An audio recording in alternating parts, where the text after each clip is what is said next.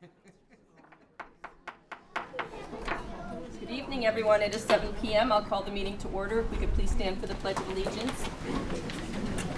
I pledge allegiance to the flag of the United States of America and to the republic for which it stands, one nation, under God, indivisible, with liberty and justice for all.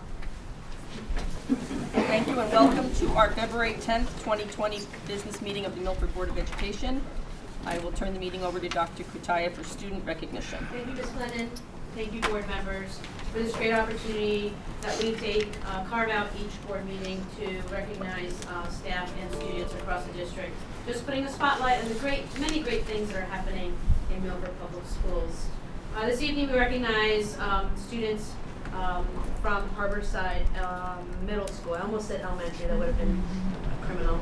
So I actually would like our 4 students to come join us as I speak to their great accomplishments. So come on up. 5.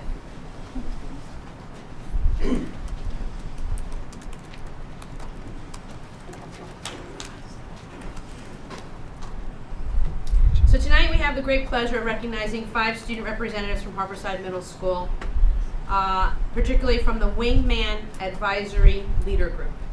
I would like to recognize Matthew Pranata, Ike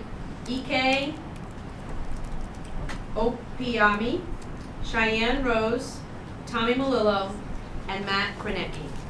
These individuals are piloting for the first time in Milford Public Schools the Wingman program. This year at Harborside is the district's desire to potentially push this out to the other middle schools in next year, school year. In fact, during my Board of Ed budget presentation last month, the Wingman program was mentioned as one of those great social-emotional components of the budget. The Wingman program is provided through the Dylan Williams Foundation. The foundation was started by Ian Hockley, whose son Dylan was a child who lost his life in Sandy Hook. Mr. Hockley's son was a student with autism, and he found that Dylan flourished best when connecting with his peers. The essence of the program is that a group of 24 students become the advisors and leaders, and teachers become participants with other students. So you see, this is a student-led program. The 24 students, 16 of them are in grade 7, and the other 8 are in grade 8. They participated in a 2-day training held by the Dylan's Wings Foundation at Harborside. The 24 Wingmen leaders are responsible for planning the advisory lessons, facilitating and providing feedback to participants. Additionally, Ian Hockley, the founder of the foundation, along with 8 student Wingman leaders, engaged in the staff at Harborside in several advisory activities during an after-school meeting in January. Tonight, the 5 students before you are key leaders to this program at Harborside, and we'd really like to give them a shout out on really recognizing their fantastic leadership of a student-led program. So congratulations.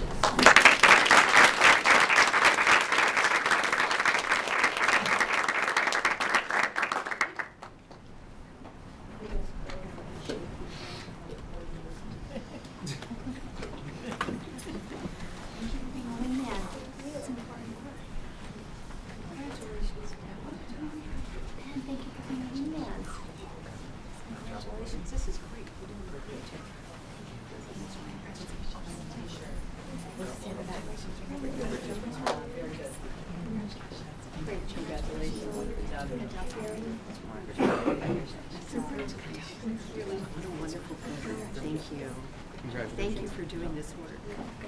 Congratulations. Good job. Thank you for doing it. It's so wonderful. Great job. Thank you so much for doing this. Thank you so much. Great job. Congratulations.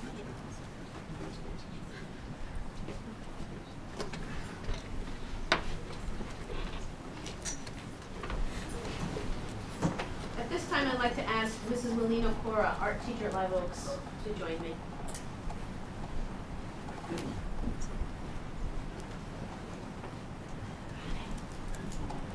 So we have a 2-tiered recognition approach to this evening at Live Oaks. First, we'd like to recognize our fantastic art teacher. So Ms. Coras recognized this evening because she has an authentic approach to utilizing art to reach social emotional component of student health and well-being. It's quite unique. Her lessons are planned and developed in such a way that every child, no matter if they have a Picasso-like talent or stick figure-like talent, all is appreciated. I think some of you are giggling because you have maybe one of those more so than the other. In fact, she uses that opportunity to give feedback for growth and celebration in all students along that continuum. This core celebration of student work is seen throughout Live Oak School and in our greater community.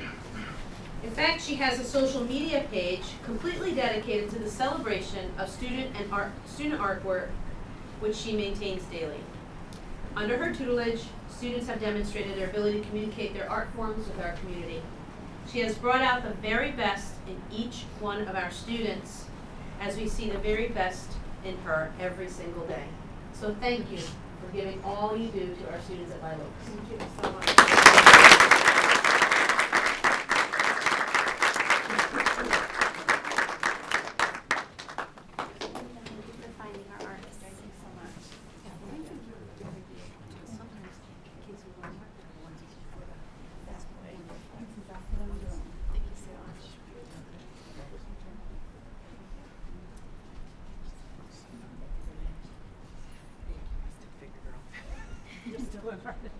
That's what you. What's the social media page?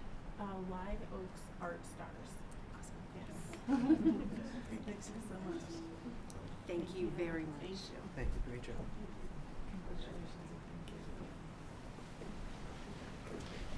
Can I ask Sophia, Cameron, and Elise to join me?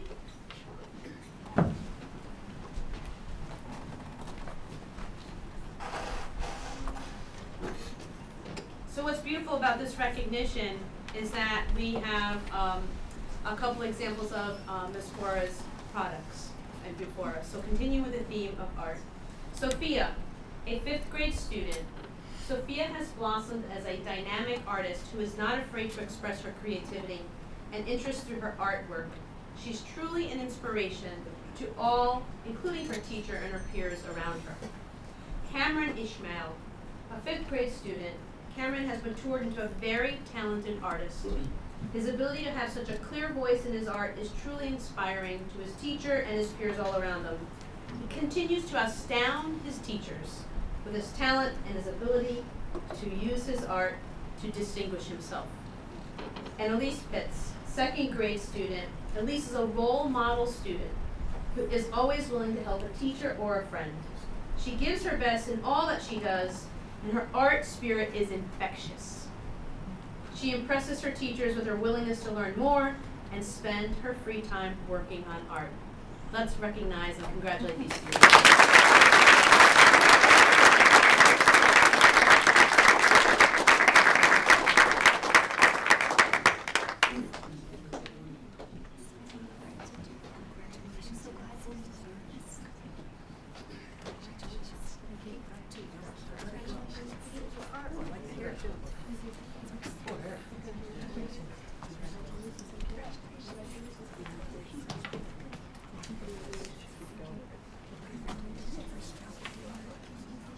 Congratulations.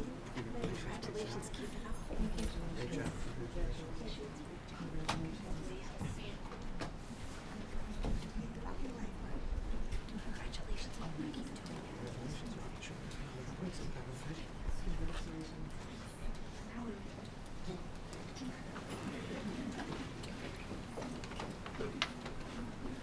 All right, we do have student reports from our high school next, but if the families would like to leave at this point, Mrs. Benetti is ready to take some photos, if you're interested in doing that.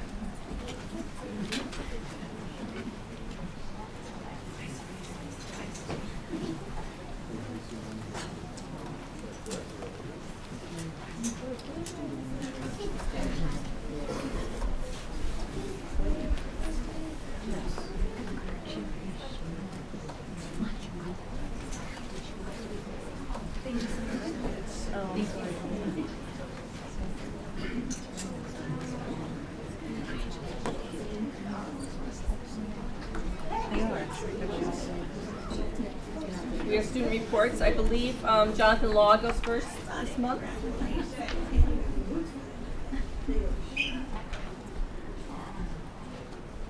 Thank you and good evening, board members. So starting off with the academic updates in the history department, from January 23rd to the 26th, 21 Model UN members attended, Model UN students attended the Yale Model United Nations Conference in New Haven.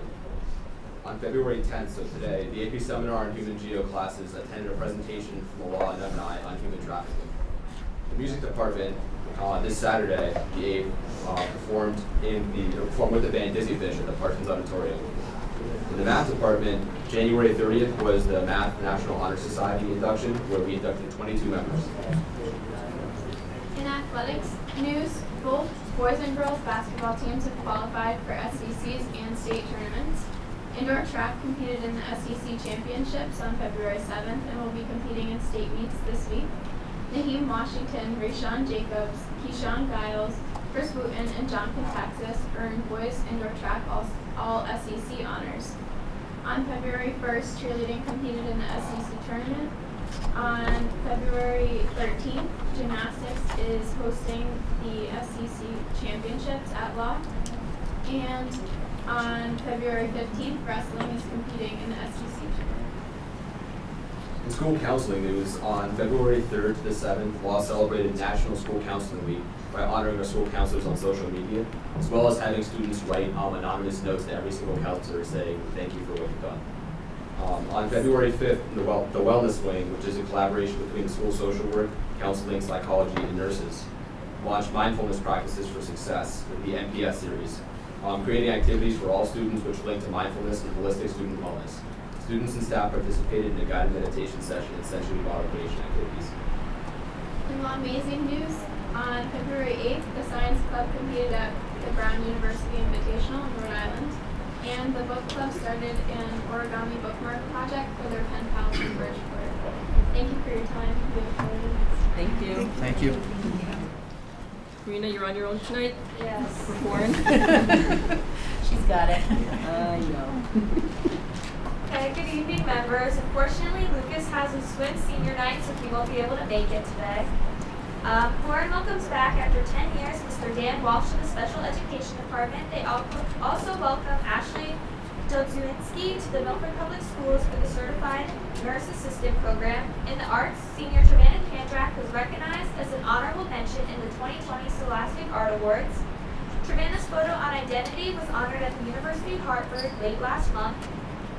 Sophomore Katrina Masaquera Nekovchik, as acrylic landscape took top prize for the city's high school submissions for the Fine Arts Council Student Art Show. For the music, 8 students played at the CMEA Southern Regional Honors Band at Maloney High School in Meriden. The choir performed at the Southern Region Choir at Regionals. Great job to all of them. The advanced vocal ensemble performed at City Hall for Martin Luther King Day. This year's drama production, The Spelling Bee, will be on February 28th to the 29th, with showtimes at 7 p.m. on Friday and 2 p.m. and 7 p.m. on Saturday. Tickets are on sale now. In the history department, Ms. Hirschbeck's civics class completed research projects on issues in the community. They then educated their peers on solutions to those problems. Students learned the importance of taking informed action in their communities. The students in Model United Nations attended a conference at Yale. Many of our students were selected for specialized committees and participated in individual conferences. Catherine Parker was an honorable mention for her work with the press corps. This was a huge honor as she won among thousands. Ms. Hoffer's World History students completed an escape route on the causes and effects of the Industrial Revolution. Her U.S. History students studied the importance of documentary photography. In World Language Department, Spanish 2 students have created digital storybooks which were used to show how much they learned over Spanish this year. Journalism students have produced their latest issue of the paper, which I left each one of your seats. And they also heard from Fox 61 cameraman and drone pilot Freddie Matidas, who showed journalism students tips and his own stories. The Sidelines earned 4 medals at the Sacred Heart Invitational Science Olympiad. Congrats to all these students on this honor. At Yale Science Olympiad competition, out of the 40 teams present, the 4 and 18 placed 21st and the B team placed 25th. They are looking forward to the next competition in April. Key Club elected their 2020-2021 officers. They are David Gattano, Arzu Gazaga, Tuana Gold, Mark Semana, and Haley Flynn. On January 27th, grade 9 students attended an assembly organized by the Social Awareness Club in honor of International Holocaust Remembrance Day. Students listened to the story of Andy Sokarni. It was a moving assembly. Outside of the classroom, sophomore Marissa Dumaze was chosen as the Q. O'Brien Youth Leadership Award representative for foreign. The seminar prepares students for a future of leadership. As I attended the seminar in the past, it was a great learning experience. Congrats, Marissa. Grace Jordan represented foreign at the women's suffrage event. On that note, on February 13th, those eligible to vote in the 2020 election can register to vote in the main lobby. Seniors are encouraged to take part in their senior internships. They had an assembly with Ms. Cassioppo last week. Now for athletics, Warren held an annual unified basketball game. It was a lot of fun for everyone. Many unified athletes came from all over the state to participate. Senior Ryan Jordan was recognized as Athlete of the Week for his performance in wrestling. Within the 1 week, he went 5-0, making his overall record for the season 17-6. The following week, Gerald Gutierrez was named Athlete of the Week for his best times in the 200 IM, 100 breaststroke, and 200 medal relay. Blaze Scott Purdy and Pauline Fernandez placed 3rd overall in the 55-meter run. Blaze was recognized as Athlete of the Week and holds 2 school records in the 55-meter run and the 300-meter run. Finally, Brett Dumaze was selected Athlete of the Week for his personal best jump of 12 feet and 6 inches. Brett is currently 4th in the Class M division. Andrew Janik was recognized as first team All-State for football. This is a huge honor. And also for Andrew, he signed his national letter of intent to play Division II football at Stonehill College. Congrats, Andrew. The wrestling team raised over $2,000 for the Milford Prevention Council anti-vaping campaign. The team made a video to help raise awareness on the issue. At the match, Ethan Edmondson, Jr. received his 100th career victory, making him only the 15th person in school history to do so. Congrats to freshman fencers Anna Romana and Jake Arnett on their 3rd place finish in the foil. And then this past week was school counseling week. Students filled out thank you notes and recorded messages that are posted on the Mainstream Mirror Instagram page. We would like to thank them for all of their work and especially helping us with the college process this year. Thank you. Thank you, Karina. Thank you. Thank you always for your reports. We enjoy hearing from you. So feel free to go home and work on your homework or whatever else you have to do tonight.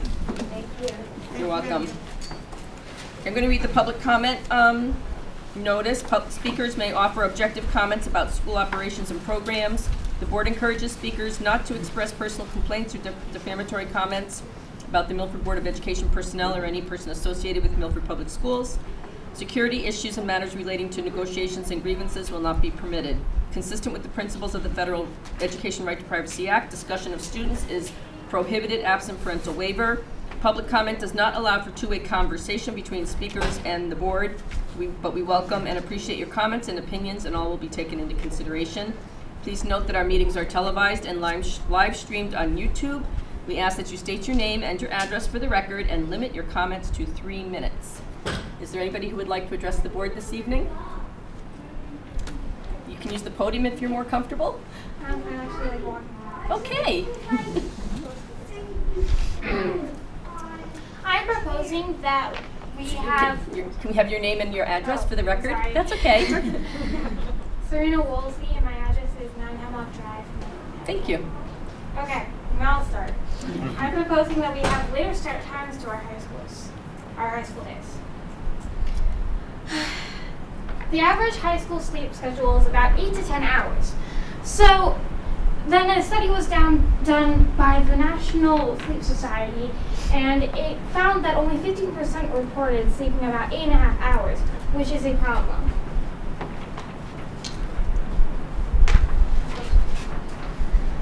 Why we need 8 to 10 hours of sleep? So teens need more sleep due to them growing quicker in both body and mind. Sleep helps fuel the energy for that, so we need to sleep longer. Why teens fall asleep later than adults and children? Well, we fall asleep later because of a hormone called melatonin, which is produced later than a child or an adult. And along with serotonin, it would control the sleep-to-wake cycles. In effect, this means that teens are unable to fall asleep as fast as adults and kids, but we are expected to.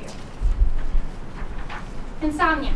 Insomnia is the act of having trouble sleeping or staying asleep. And the most common cause for insomnia is stress. Now, stress in school and social life is probably most applicable to this situation. And for example, a mildly bad thing happens in one's school or social life. They spend all night thinking about how they could fix that, but then they don't get enough sleep, and when they go and try to fix it the next day, they are unfocused and not only start to doubt themselves, but go over more stress that night to try and fix it again. Effects of sleep deprivation.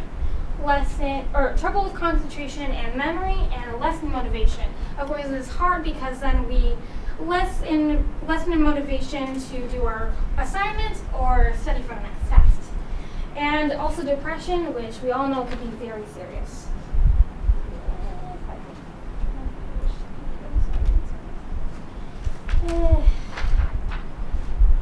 Student viewpoints. I'll only read 1 out of the 3 due to time. I wake up at 5:30 every school day. Academically, my work ethic and attention span suffer. Socially, I lose focus and exhibit more impulsive behavior. Personally, I have less of a will to live and feel less joy in my life, which is pretty serious. My plan is to start at 8:30 to 9 rather than 7:20 because 7:20 is way too early for us. Now, to solve the problem with sports and other after-school activities, we would shorten the periods by 10 to 15 minutes. How would that work, you might ask? I'll get to that information on the page. Why we should reduce the length of our classes? Well, unfortunately, longer classes does not mean more learning. After a while, a student normally would get bored. And sleep deprivation plus boredom would equal not a lot of learning in class and just class time wasted. So basically, they would be taught something and then not really focus or be able to comprehend this. So they do not do well on life or in their normal tests or homework. And I also have copies in case you guys want to learn more.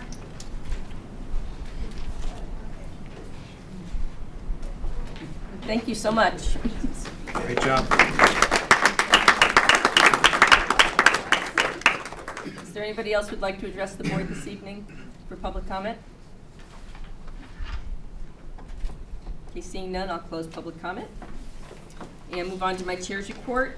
Just briefly, I want to thank board members again for your attention and work on the budget last month. The public hearing before the Board of Finance was held last week, and as you know, the next stop is the presentation to the Board of Finance on February 19th. Dr. Katai, administration, and myself will meet with them at 5:30 p.m. in conference room B, which is upstairs. CABE Day on the Hill is coming up on March 11th. You should have all gotten an email about this where you can register if you're interested in attending. If you'd like to go or want more information and you did not get the email, let me know, and I can forward you mine.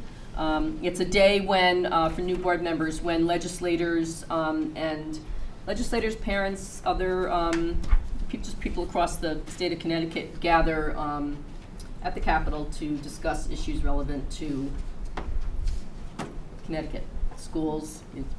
Basically, it's CABE focuses on schools, but I think there's other issues that are addressed as well. And just want to let you know that the Tri-M Honor Society presentation that was scheduled at Foreign tomorrow is being postponed. So if anybody was planning to go, you'll get some information on a new date shortly. Is there any liaison reports? Ms. Ratner? The Milford Prevention Council gave the board the opportunity to learn more about gambling and students and how it's on the rise and how talking to your children about gambling was essential in the sense of the exposure that they're getting on a daily basis, and that www.ccpg.org was a good source for parents to learn about the Connecticut Council on Problems, the Council on Problem Gambling, to learn more ways that they can talk with their children. Thank you. Other liaison reports, Mr. DeYoung? Thank you. I attended my first meeting of the Milford Education Foundation. The discussion was predominantly about the budget, as you might expect, but there's also discussions about the upcoming Minds in Motion program, which I will have more information about at the next meeting, and then also the Invention Convention, which is coming up. Still in the planning stages on both of those. And then the other thing that was brought up was the robotics team that is happening through MEF, but also at Foreign. They've received a couple of grants from NASA as one of the first robotics. When a robotics team becomes a new robotics team, NASA has this grant that they provide. So a lot of their funding is coming from that, and they have a couple of competitions coming up. Dates of which I don't have yet, but I will provide those when we have those dates, and so if anybody wants to attend them. Thank you.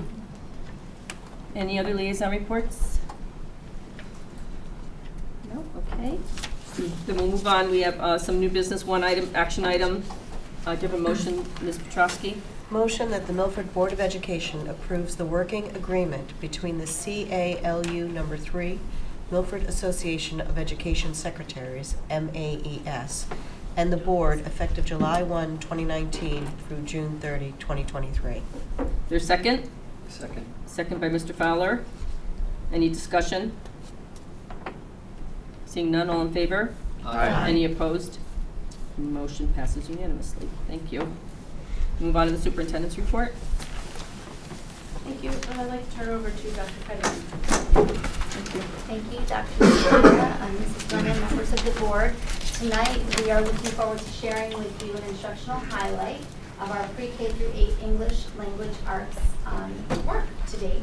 As you know from the instructional highlight that we shared with you, in 2019 we engaged in a district self-study for a pre-K through 8 literacy review. And tonight we have Mr. Messina, our instructional supervisor of secondary humanities, and we have next to him Ms. Morrow, our instructional supervisor of elementary pre-K through 5 humanities. And they're looking forward to sharing with you findings from this study, as well as how these findings have informed our work for this year and our next steps as we continue our journey in the world of literacy, which is a complex and exciting world in education. So I'm going to turn it over to Mrs. Morrow and Mr. Messina.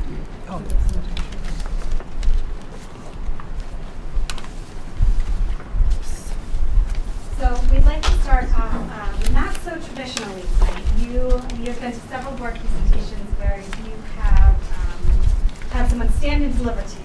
And instead, I'd like to ask you tonight, what's your most memorable literacy experience? This is not a have to share, this is a want to. So we are all literate adults, very accomplished. Go ahead.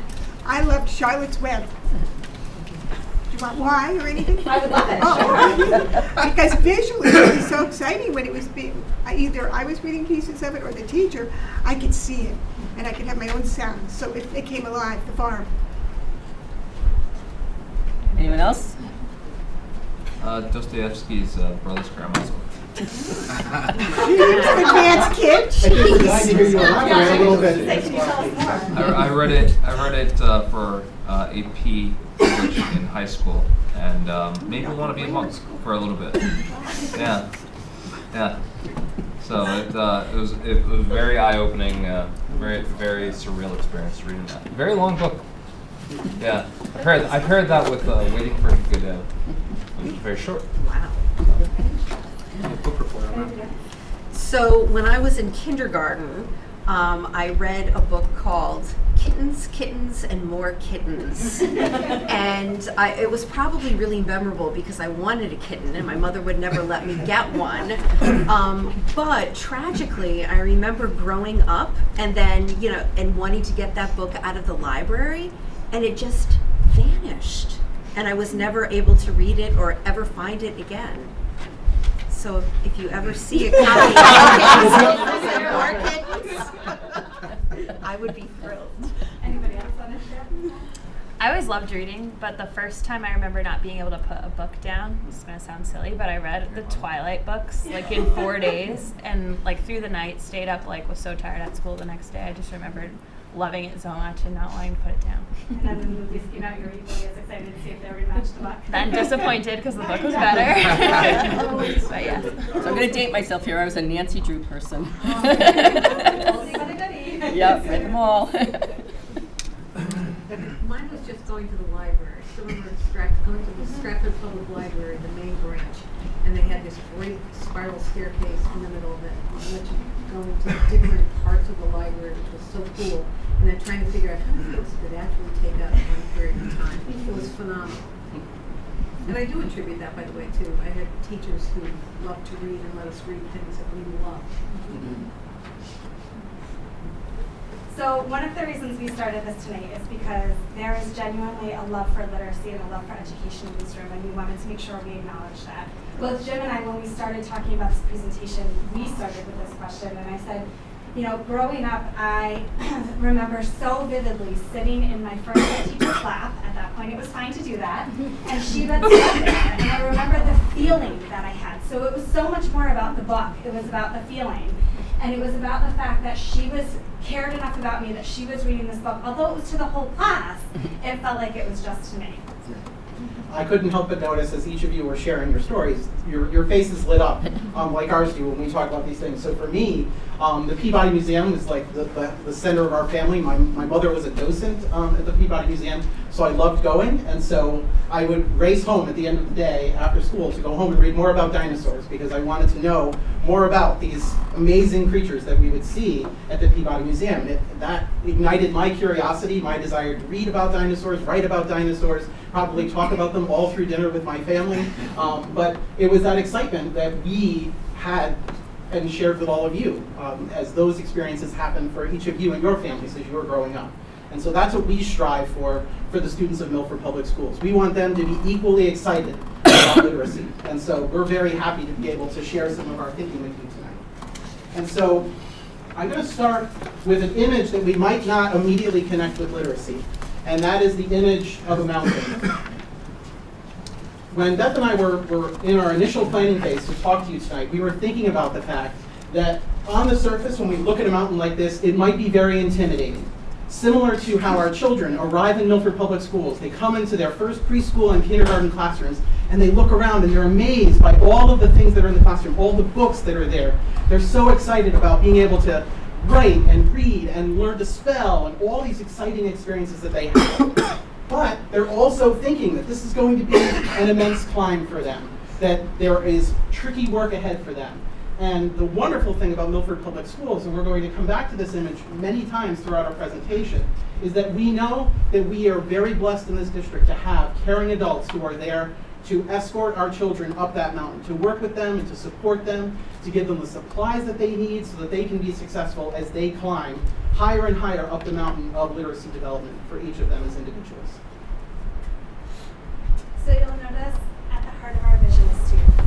So as Jim mentioned, we don't think about this journey as just pre-K through 8. I'm very fortunate that I am a parent of a 4-year-old who just turned 5. And of course, in his life right now, the biggest thing is going to kindergarten. It's the best. He's so excited. He sees himself as a reader. He sees himself as a writer. He plays reading. He writes books to me. We write about everything. And it is the best feeling in the world. And my hope for him, not only as an instructional supervisor and as a mom, is that we can continue this love together. So our vision is not only creating students who love literacy, but surrounding those students by passionate adults who are well educated, whose capacity we have built along the way. Excuse me. You'll notice some very important things when you look at the Wordle. So for those of you who may not know what a Wordle is, it's when you take a statement and then the words that are repeated the most pop out the biggest. So you can see at the heart of ours are student and literacy. One of the things Jim and I want you to understand about our vision tonight is that it's not a reading and writing vision. It's a comprehensive literacy vision. We believe that literacy is not one-dimensional. And more importantly, there are through lines through every piece of literacy. So you ask about spelling, you ask about grammar, you ask about phonics. All of those pieces go into a comprehensive literacy approach, which is so important from the youngest ages all the way up. Sorry, go ahead. That's okay. Were you gonna say Yeah. something? So we're working toward a vision where the literacy work that students are doing in our classrooms are going to motivate them to be the next generation of scientists, historians, mathematicians who use their skills to become the innovators in each of their fields so that they can build on those skills over time and see themselves as capable young people who are transformed into capable adults. So tonight, as Jim mentioned, this is just our initial ascent. This is base camp. Tonight we're here to talk to you about what our plans are and how we see this going forward. This is the very beginning of our journey, and we are so incredibly excited to share it with you. And so, again, as we turn back to this idea of the mountain, we see that the comprehensive literacy program that Beth and I are putting forth for the district begin with those foundational literacy skills. And we're going to elaborate on what we mean by those foundational literacy skills. But that is what prepares students to do the hard work, the climb of reading, writing, and all of the literacy that they're going to experience in Milford Public Schools. We're going to talk to you tonight about our vision for Readers and Writers Workshop being the way in which students engage in this very comprehensive literacy program. We know that over time, as students are challenged and as they continue to climb, they're going to be building skills. Their teachers are going to be working with them, giving them feedback, asking them what they're interested in so that they can continue this climb and build those skills. And what we ultimately want for every single one of the students in Milford Public Schools is for them to be able to live literate, engaged lives in the community so that they can be, similar to those of you who are here tonight, folks who take a stake in their community. And so we recognize that student growth over time is what is paramount when we're looking at a comprehensive literacy program. And we know that the teachers in each of our classrooms are going to provide the challenge, the rigor, and the support to make sure that students are able to grow and develop into literate adults. And so, as Dr. Kataya mentioned earlier, and as Dr. Fadigan also shared with us, one of the things that Beth and I were very blessed as we started our time in Milford Public Schools is that Dr. Kataya had the foresight to engage in a literacy program review to assess the current status of the district's language arts curriculum. And so we were fortunate to meet with an independent consultant who spoke to us about the things that we're seeing as Milford Public Schools was engaging in the work around literacy skills for our students. And so we were looking at the multidimensional aspects of literacy development. And what we wanted to see out of those questions were these questions that are listed here. Does staff know and follow a curriculum map? Has the district provided communication, resources, and guidance for implementing the core curriculum? Does the district have a clear and viable curriculum with equity and access for all learners? And the last question that we were asked is there alignment between the written curriculum and the taught curriculum that's happening in each of the classrooms? And so this comprehensive literacy review was something that we were able to review as we began our work for Milford Public Schools. So as part of the data that was gathered for this, there were surveys taken, there were classroom visits, there was performance data, and then of course there were internal documents that were gathered, whether it be agendas, strategy maps, curriculum documents, all sorts of things that were gathered. So it was very comprehensive. And there were many commendations that were made. So as you can see, there was much to be proud of. We have strong instructional supports for building capacity and interventions. We have well-trained and well-versed literacy staff. We have teachers who have demonstrated the ability, to roll out resources with a high rate of fidelity. We have classrooms which are designed for collaboration, small group teaching, and direct instruction. Teachers are provided with tools, texts, and manipulatives to teach reading and writing. And so this gave us a lot of information for us to build off of. And what's really important for us tonight is to highlight for you the key findings of that review. And so what's paramount in the work that Beth and I are going to undertake with the staff of Milford Public Schools is that we recognize the need to write a curriculum map for pre-K through grade 8 based on the most recent standards. And so that is going to be incredibly important for our work. We also need to create process and protocols for Milford's coaching model and identify and map the core curricular components. So that's when we talk about the comprehensive literacy program, that is one of our charges that came out of the review. And also to tie along with that, as Jim's mentioning, with vision of the learner and high quality instruction as a model, we need to relook at the curriculum that we have and make sure that it is aligned to all of those initiatives that are coming forward. The model for high quality instruction revolves around authentic tasks. Do we have those in literacy? We need to design literacy that supports that work. And so, our goals are to develop a pre-K through 8 writing curriculum. We would like to review phonics programs and look at systematic instruction, sequence, and explicit teaching. We're also looking at gathering resources and implementing those resources through a professional learning plan that's going to build the capacity of the teachers in each and every classroom. And the last recommendation, or the key findings, were to inventory resources and trainings across all schools. So that is work that Beth and I continue as we present to you tonight. So some of that work, some of that work has already been started. Of course, we were able to get the findings from this review, and hit the ground running. So those of you who know Jim and I well know we don't take a lot of time to sit back on our heels. We like to make sure we're active and we're engaged. So we have already begun talking about our Milford coaching model and how we can build teacher capacity. When you look at the model for high quality instruction, there's a spot at the top that says engineer to engineer, and we're talking about what that might look like in coaching and how we can build teachers up. When we look at pre-K to 8 writing curriculum, we are so fortunate that we have a tremendous teaching staff that has taken on the vetting of writing resources from Teachers College and are starting to look at what that might look like for Milford Public Schools and how to merge that with vision of the learner and high quality instruction. In terms of phonics, we've taken some of the work that's already here. We've talked about how to make it more explicit and how to make it more systematic. So out of that report that we received from our independent consultant, thank you, is that we need to incorporate into each of our classrooms well-stocked, high-quality classroom libraries. And the whole point of that is to generate interest and motivation for reading. We recognize that students need a variety of texts at a variety of reading levels so that they can engage and be able to read at a level that is according to their skill development. And so that is one of the things that Beth and I have proposed in the budget, and we appreciate your support in a recognition that we need to build up these high-quality classroom libraries so that students have materials that they can access and use on a regular basis. And the second bullet point, you'll notice, again, we use that term comprehensive literacy instruction. And you'll notice when we did the budget presentation, it was not put forward a K2 reading budget and a K2 writing budget, but rather it was put forward a K2 literacy budget.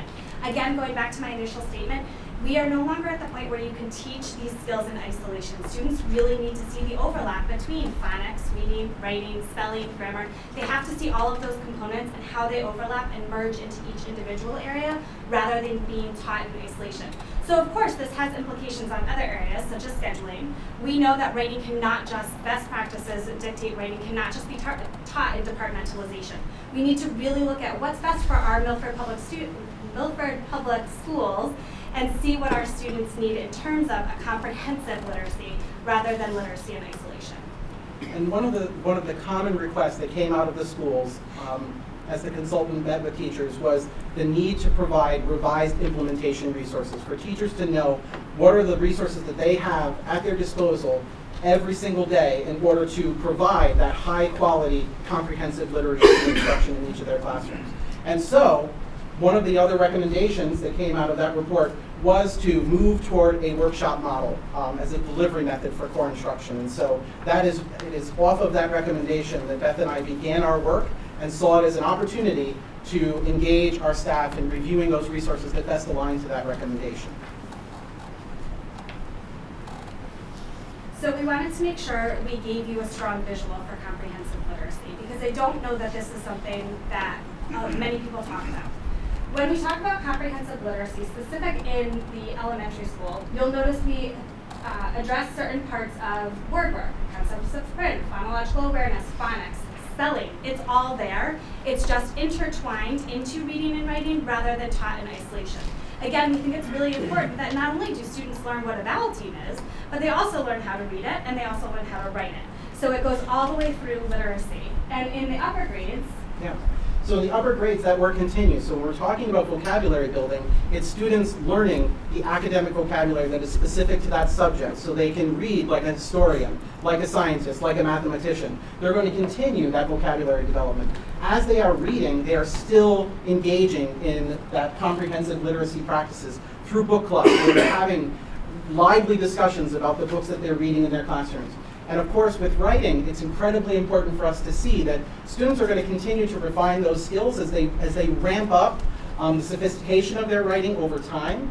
And what's very important for us as we look at what's surrounding all of these components are speaking, listening, and comprehension, because those are the core practices that we want to make sure that students are practicing, getting feedback from their teachers, and learning from one another through those three pathways.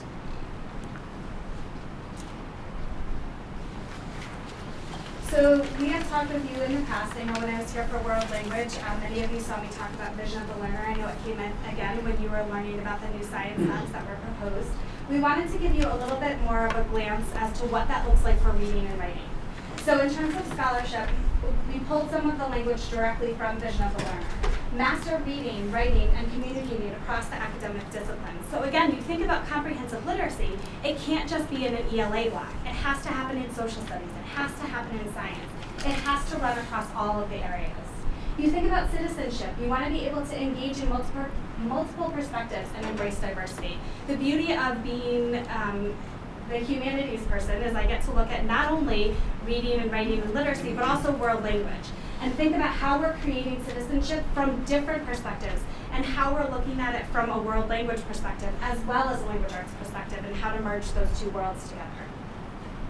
When we look at the ideas that surround personal development, we want to ensure that students have the skills and experiences that allow them to express themselves clearly, purposefully, and creatively in their speaking and writing. So this is the core of what we're looking at in terms of their personal development, but there is a very strong literacy tie to that. And when we're looking at creativity and innovation, we want all of the learners in Milford Public Schools to be learners who are imaginative, curious, and challenge themselves. And that's why, once again, that mountain model works for us, that we want students to continually press themselves to climb higher and higher so that they can achieve at a higher level and experience those great literacy experiences in each of their classrooms. And so... Sorry, and you'll notice that the Reading and Writing Project and the Common Core Standards, those are part of our base camp. Those are part of the leverages and the resources that are going to get us where we need to go. Right.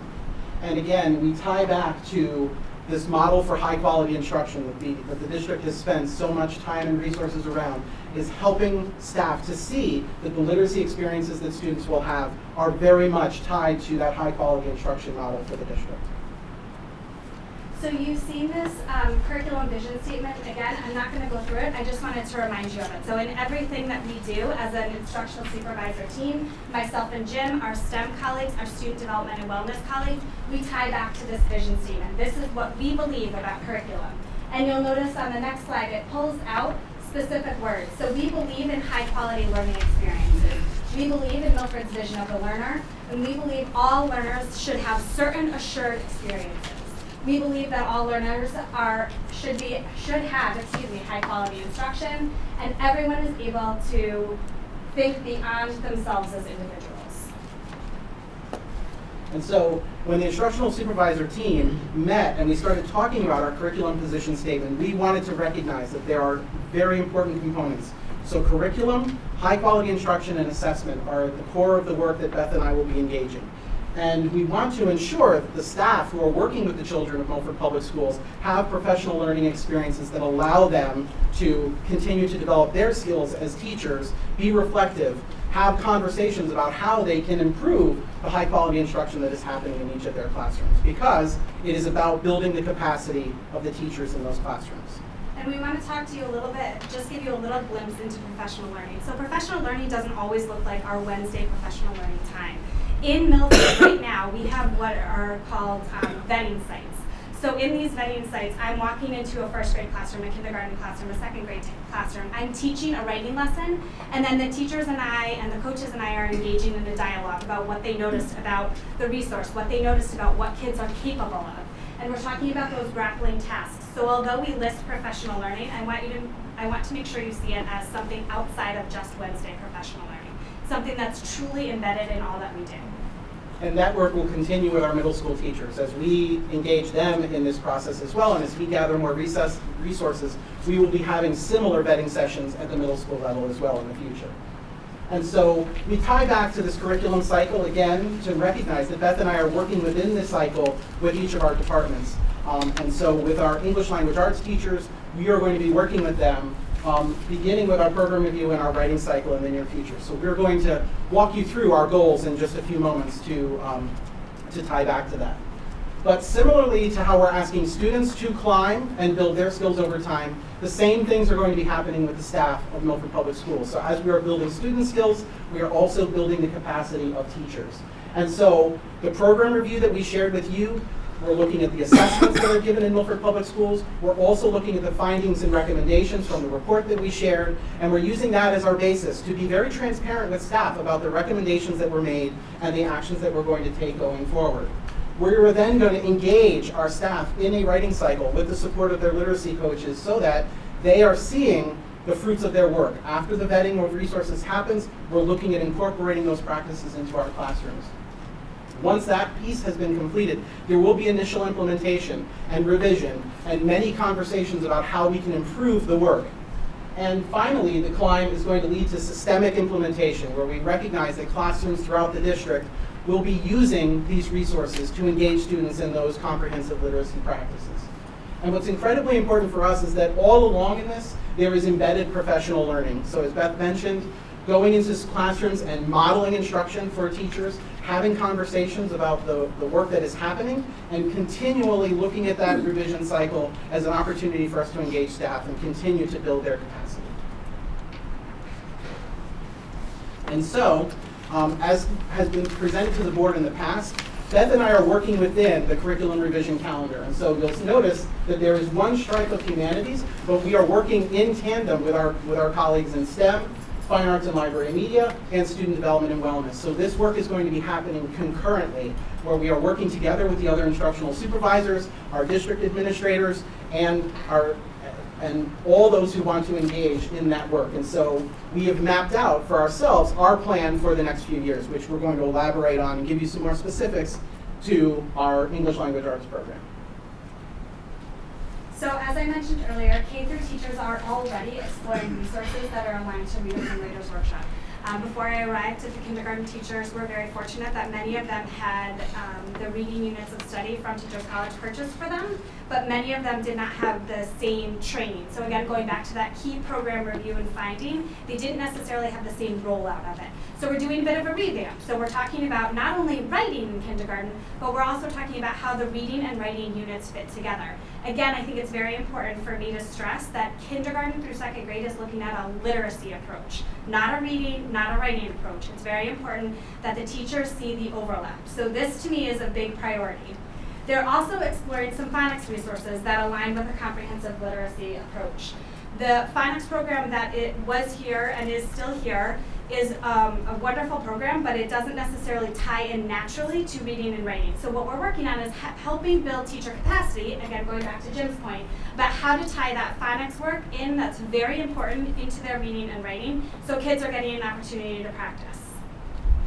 They're also beginning literacy curriculum mapping. So as we finish talking with kindergarten, first and second grade teachers, we're asking them to look at reading and writing units of study together. And we're asking them to say, how do these merge? So for instance, if we're writing about how-tos in writing, it might make sense for us to read about that, read nonfiction as a topic, because that may inform our writing.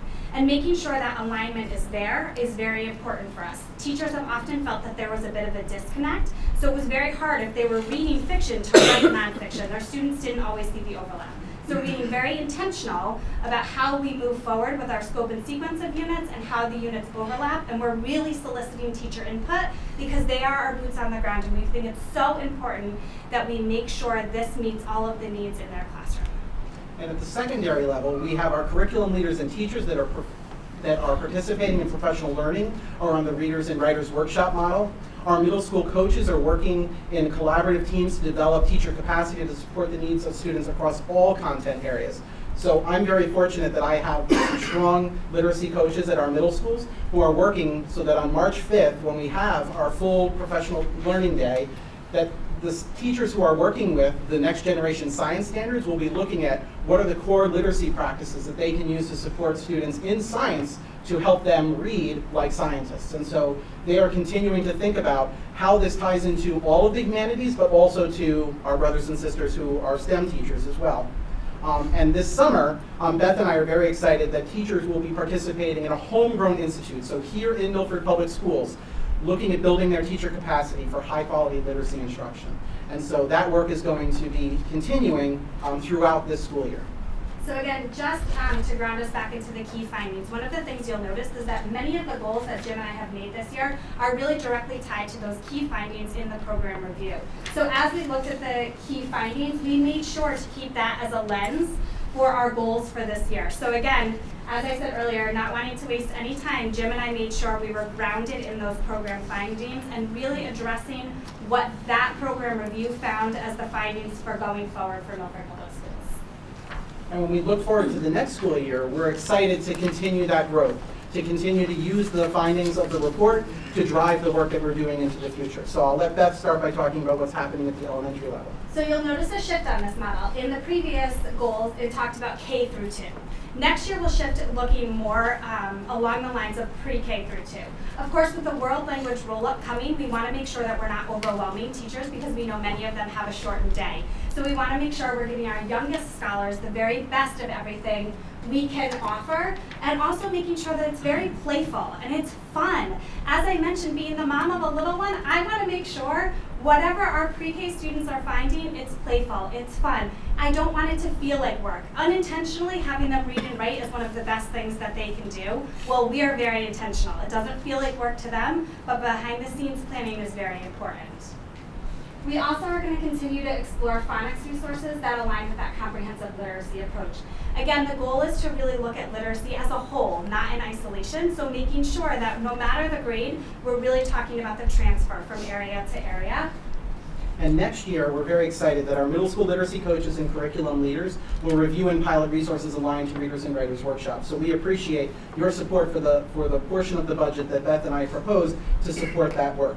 So we would like to, as Beth mentioned, have demonstration lessons at the middle school that will be designed to model for staff the elements of high quality literacy instruction. And so we want to work within that workshop model to show our middle school teachers what that work can look like. And so our coaching model at that point for elementary and middle schools will be developed. And so we are continually meeting with our coaches to look at what high quality coaching looks like within a high quality instruction model. And so Beth and I are very excited to continue to engage in that work with our fellow instructional supervisors and also with our wonderful team of literacy coaches in Milford Public Schools. And again, as Jim mentioned at the start of the slide, all of this is still grounded in those key findings and making sure we're looking at a comprehensive literacy approach. And so it's important for us to look at 2022 and beyond. We wanted you to be aware of the fact that Beth and I are thinking about not just this year and next year, but where we see the work that we're going to engage in English language arts and this comprehensive literacy instruction across time. And so for 2022 and beyond, Beth will start by talking to us about pre-K2. So I'm so excited that the students will experience the reading, writing units of study. And not only do the reading and writing units of study tackle reading and writing, I was just with first grade classroom or second grade teachers on Friday, and we started talking about, well, what else is in this unit? Let's really look into it. We had just done a little bit of a taste. And when we got to the third bend, which is the third part of the unit, it was all about talking about spelling, about fixing up your work, about making it better. And we think that's such an important piece, and your reading and your writing really drive that work. And the units of study are very comprehensive, and we make sure with the teachers that there's a scope and sequence there that's lined up, and it makes sure it makes sense for our students and for our teachers. The teachers and students will also continue to explore phonics resources that align with a comprehensive literacy approach. So as our literacy program develops, we will find what we think is the best fit for phonics in this district. In 3 through 5, So you will notice, again, we started talking about the mountain and building the foundation. So you'll notice much of the work that we're doing now is really with our youngest scholars. We really want to start that foundation strong for them. We think it's so important that by the time they get to 3rd grade, they're really feeling great about themselves as reading and writing, and we've given them a strong background. So our 3 through 5 students will start exploring resources that again give them those similar experiences that they will have had pre-K to 2. And the teachers will also begin curriculum mapping the literacy, comprehensive literacy components. Again, 3 through 5 will also look at content literacy. So for instance, if we're talking about the American Revolution, there will be a reading unit about the American Revolution as well as some writing about the American Revolution. So the social studies will really tie into what we're doing in reading and writing workshop. And at the middle school, we're very excited that I mentioned earlier about building those high-quality classroom libraries, because the work at our middle school is to ensure that student voice and choice will be reflected in the written and implemented curriculum. We want to make sure that students are incredibly engaged at this pivotal time in their development when they're in middle school. And by then, we will also be looking to our literacy coaches and teachers to implement Readers and Writers Workshop across our middle schools here in Milford. So as we started talking with you at the beginning of tonight, we started talking about your literacy memories, and we started talking about how important it is to have a strong base. And just like climbing a mountain, we know there are some really important things you need to know. Climbing is really challenging work. It's not easy. Climbing gets easier when you work as a team. We also know that climbing takes time and plenty of patience. Climbing requires the right tools at the right time. And climbing has a phenomenal reward when you reach the top, just like all of your literacy memories had that phenomenal reward tonight. Once you reach the summit, you can guide others. And so for Beth and I tonight, what we wanted to think about is the same ideas apply to literacy learning. That literacy learning is challenging work. Literacy learning gets easier if you work as a team with your classmates and a capable and empowered teacher. And it takes time and plenty of patience to develop into a well-rounded, literate adult. So we want to make sure that literacy learning requires the right tools at the right time, just like mountain climbing, and that there is, again, that phenomenal reward. We see those aha moments in our students, just like many of you when your faces lit up talking about your literacy experience. And as an exciting tie-in for literacy learning, once you attain those goals, you can guide others as well. And so we're very thankful to be able to present to you our vision for our English Language Arts program over the next few years. Thank you. Do you have questions, board members? Mrs. Twist? What's the role of your reading specialist? I'm going to call them reading specialists. I don't know if they're specialists in this district or coaches. They're coaches. Yeah. So how do you see them fitting in? So I'm so glad you asked. As I mentioned before, we're starting to talk about coaches in terms of high quality instruction. And again, if you look at the diagram, Jim, I don't know if you go back up to that slide, there is a spot on there that says engineer to engineer. And so we really think that the coach is an engineer, and their job is to build the teacher's own capacity. So we're hoping as we move forward that teachers will come to coaches and say, oh, I really want to work on my feedback, or oh, I really need to work on my intentional planning. All parts of the high quality instruction model, and through that, they'll be able to build their own capacity. So some of it will be content based. Of course, they're going to need help lifting the resources, and that's how the elementary coaches are acting this year. So the elementary coaches are often this year sitting side by side with K2 teachers and talking about the components of Writers Workshop, how to successfully implement it, and what kind of look-fors they should be seeing in their students. Are you using the strategies and methodologies of TC or connect teachers to people at? So we are doing a lot of the lifting ourselves as Milford Public Schools. So we are not a TC district, although we are using a lot of their resources. We think that we have a lot of really amazing things happening here in Milford Public Schools, and although we love the resources, we don't feel the need to necessarily send our coaches to TC for training. Thank you. That's part of the purpose of the homegrown, is to bring them in and develop them through our model of high quality instruction. Thank you. Other questions? Mr. DeYoung, did you have a question? Yes, yeah, thank you. Can you just kind of go over, you mentioned Readers Workshop and Writers Workshop a bunch of times tonight. Can you go over how that's being implemented now and how what you're proposing is different than what it is now? Sure, absolutely. So, as I said in the past, one of the findings of the report was that training was very inconsistent in the past. So some teachers had surface level training with their coach on reading or writing workshop. There were a few coaches in the district that were TC trained, but that was very inconsistent. Other coaches really loved the resources and bought them for their teachers, but didn't necessarily have formalized training. So based on the program findings, we're really talking about making sure teachers are all having the same level of training. And in terms of what the resource looks like, it's more of a workshop model. So again, the teachers have had some experience with workshop, but it doesn't all necessarily look the same. So again, we want to make sure that kids across all 8 Milford elementary schools right now, specifically in elementary schools, are having the same or similar assured experiences. So there were units of study that were put into place several years ago, and the units have been changed over time by teachers, so the units are not all the same and not being implemented the same across the district. So Ms. Morrow, can you explain what a workshop model looks like for a kid? Sure. Like if you were to put your eyes on it, what does that look like? Absolutely. So the idea behind the workshop model is that there's very little teacher talk in the first part. It's called the mini lesson. It's meant to be about 10 minutes. During that 10 minutes, there will be a teaching point. That will be what about 60% of the kids need at that point. Teachers College has mapped out appropriate teaching points within the lessons, and they are part of the resources that we will be using. After the mini lesson, students go off and do independent work. So this is actually the heart of the lesson. This is the most important time, because during this time, you'll see students on a wide continuum. You will have, in our kindergarten classrooms, you will have students who are drawing pictures, and they're telling you this amazing story just through their pictures. You will have other kindergarten students who are writing letters that go along with that picture. And you will still have other students who are ready to write sentences or write labels that go along with the picture and still be able to do that storytelling. Again, going back to the comprehensive literacy, that oral part is so important in the younger grades.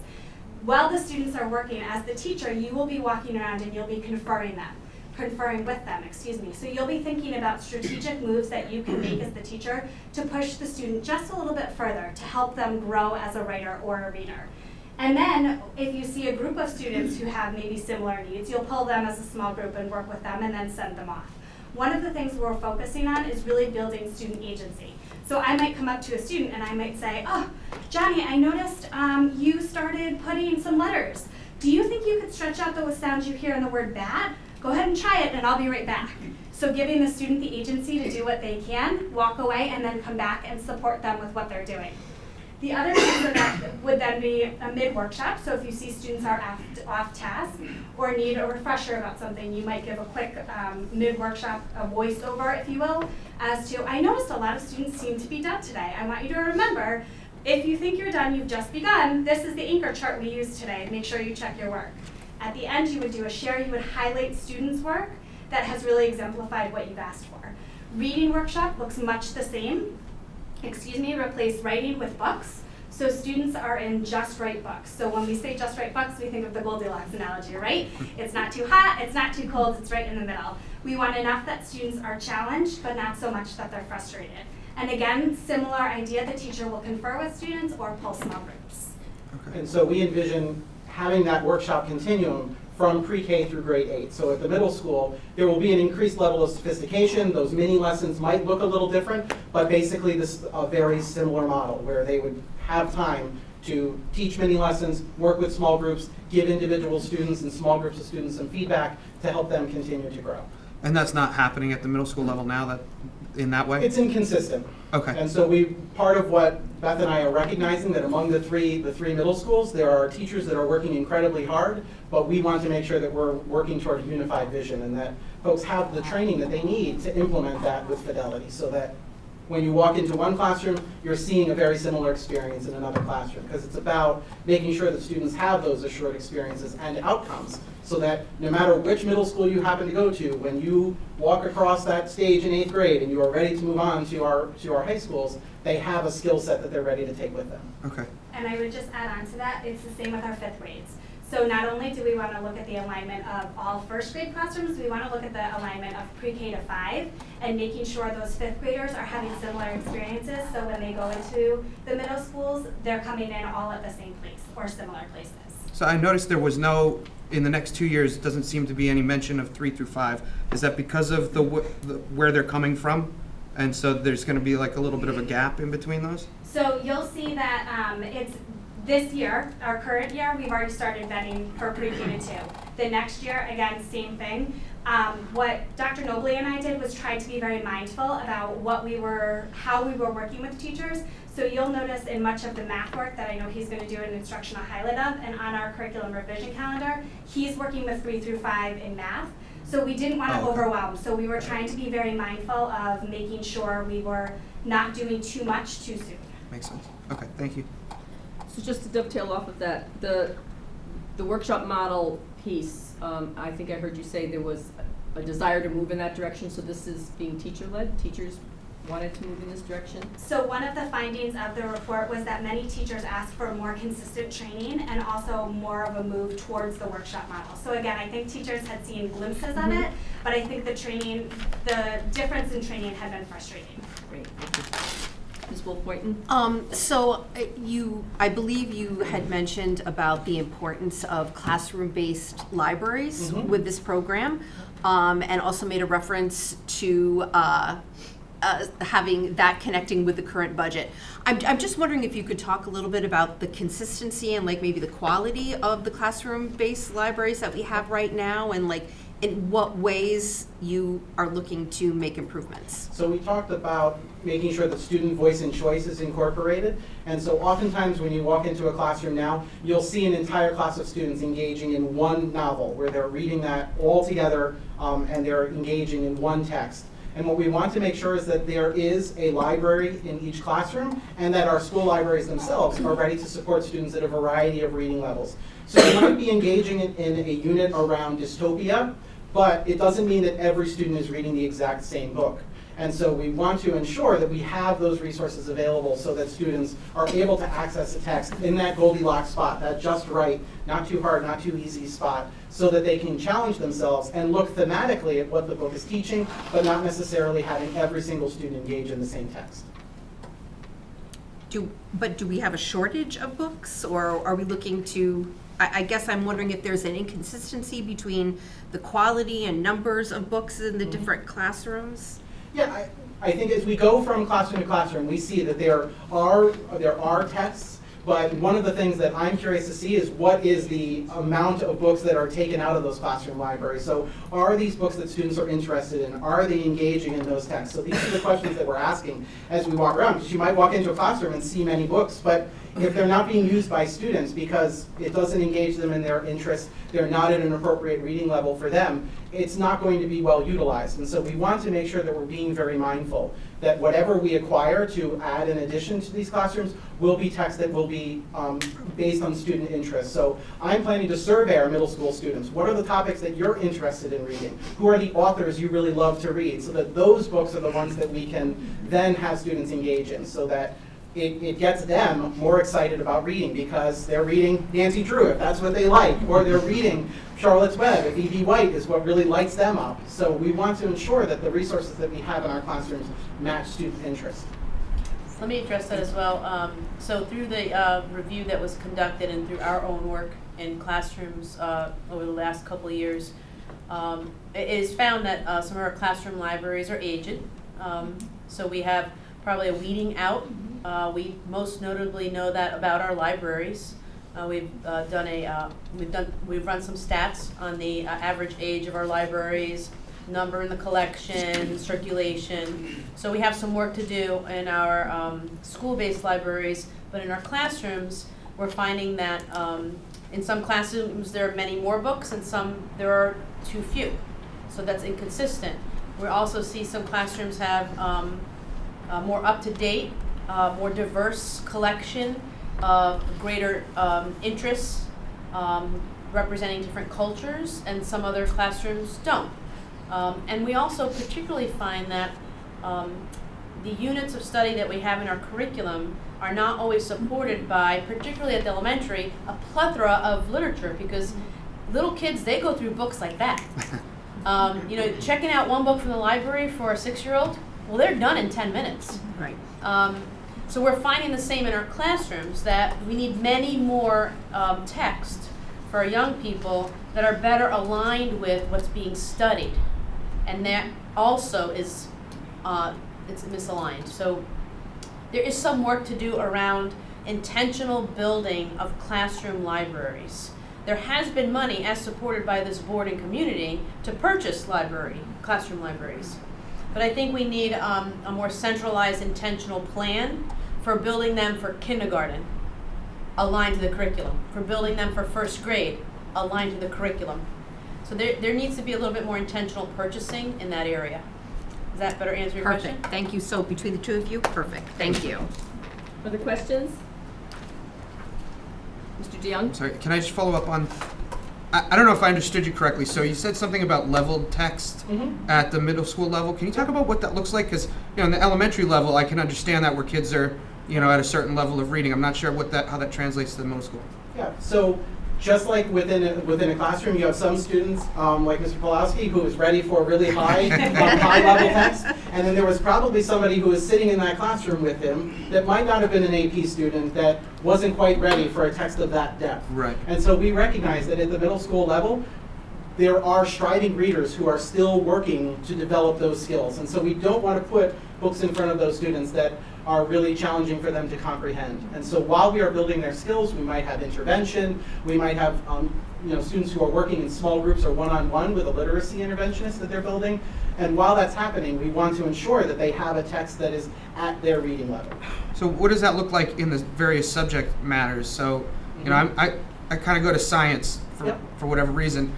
You need to teach the same facts, right, in science. So what does that look like in like a science classroom? So in a science classroom, you might have students studying the same vocabulary, but the way that the students access that vocabulary might be a little bit different. Some groups might have a really sophisticated definition, while others may have a more simple definition. We have English learners in our district, students who are still acquiring English language, and it would be unfair to set the exact same requirement for them to be able to meet that bar. So we want to make sure that we're being developmentally appropriate for students and helping them engage in the science content, ignite their curiosity, while not necessarily being burdened by having to memorize a group of facts. It's more about the experience that students are having and understanding those underlying concepts. So being really thoughtful in our curriculum design about meeting the needs of students at a variety of levels. Okay, all right, thank you.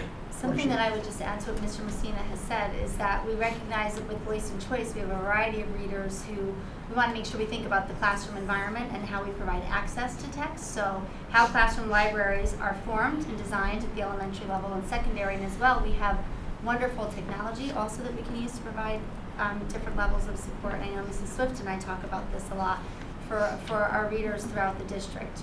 I have many books. You can never replace the feeling of holding a book in your hand. Right? There's something special about that. But there are some books that I will have in hand, hard copy, but I also have on Audible. So when I'm making a long drive up to like my SIP network, I can also listen and use that time wisely. So we recognize that while we're building classroom libraries, we're also using technology that we have so that we can provide through open source and through different forms media for our children so that they can also explore a grade level of text and beyond. And that kind of brings me back to that circle that you were talking about before, oral speaking, listening, oral comprehension as well. So that'll be a part of how we develop the classroom libraries additionally. So text and also through technology. And I will say I do feel very fortunate right now to be in, I just think it's a very cool time to be in the world of reading. So you think about graphic novels, you think about the types of books that students are reading. They are coming out fast and furious with genres that overlap, that teach things that we didn't have even 3 years ago, or types of novels that we didn't have 3 years ago. So I think by being able to put those in students' hands, we can ignite some passion that maybe wasn't there before. We're very excited that the Newbery Award this year, which highlights the best in children's literature, for the very first time it was given to a graphic novel called The New Kid. And so elevating that art form and recognizing that there are students who that might be the way that they best engage in literacy practices is by reading it in a graphic novel form. And writing it. Yep. And making their own. Other questions from board members? Okay, thank you so much. This is a great, we'll look forward to updates.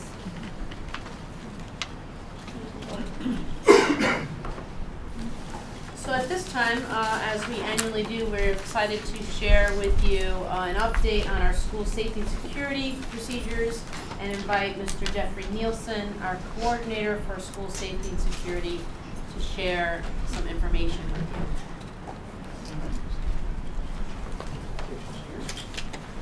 I know you have some guests that you'll introduce as well, Mr.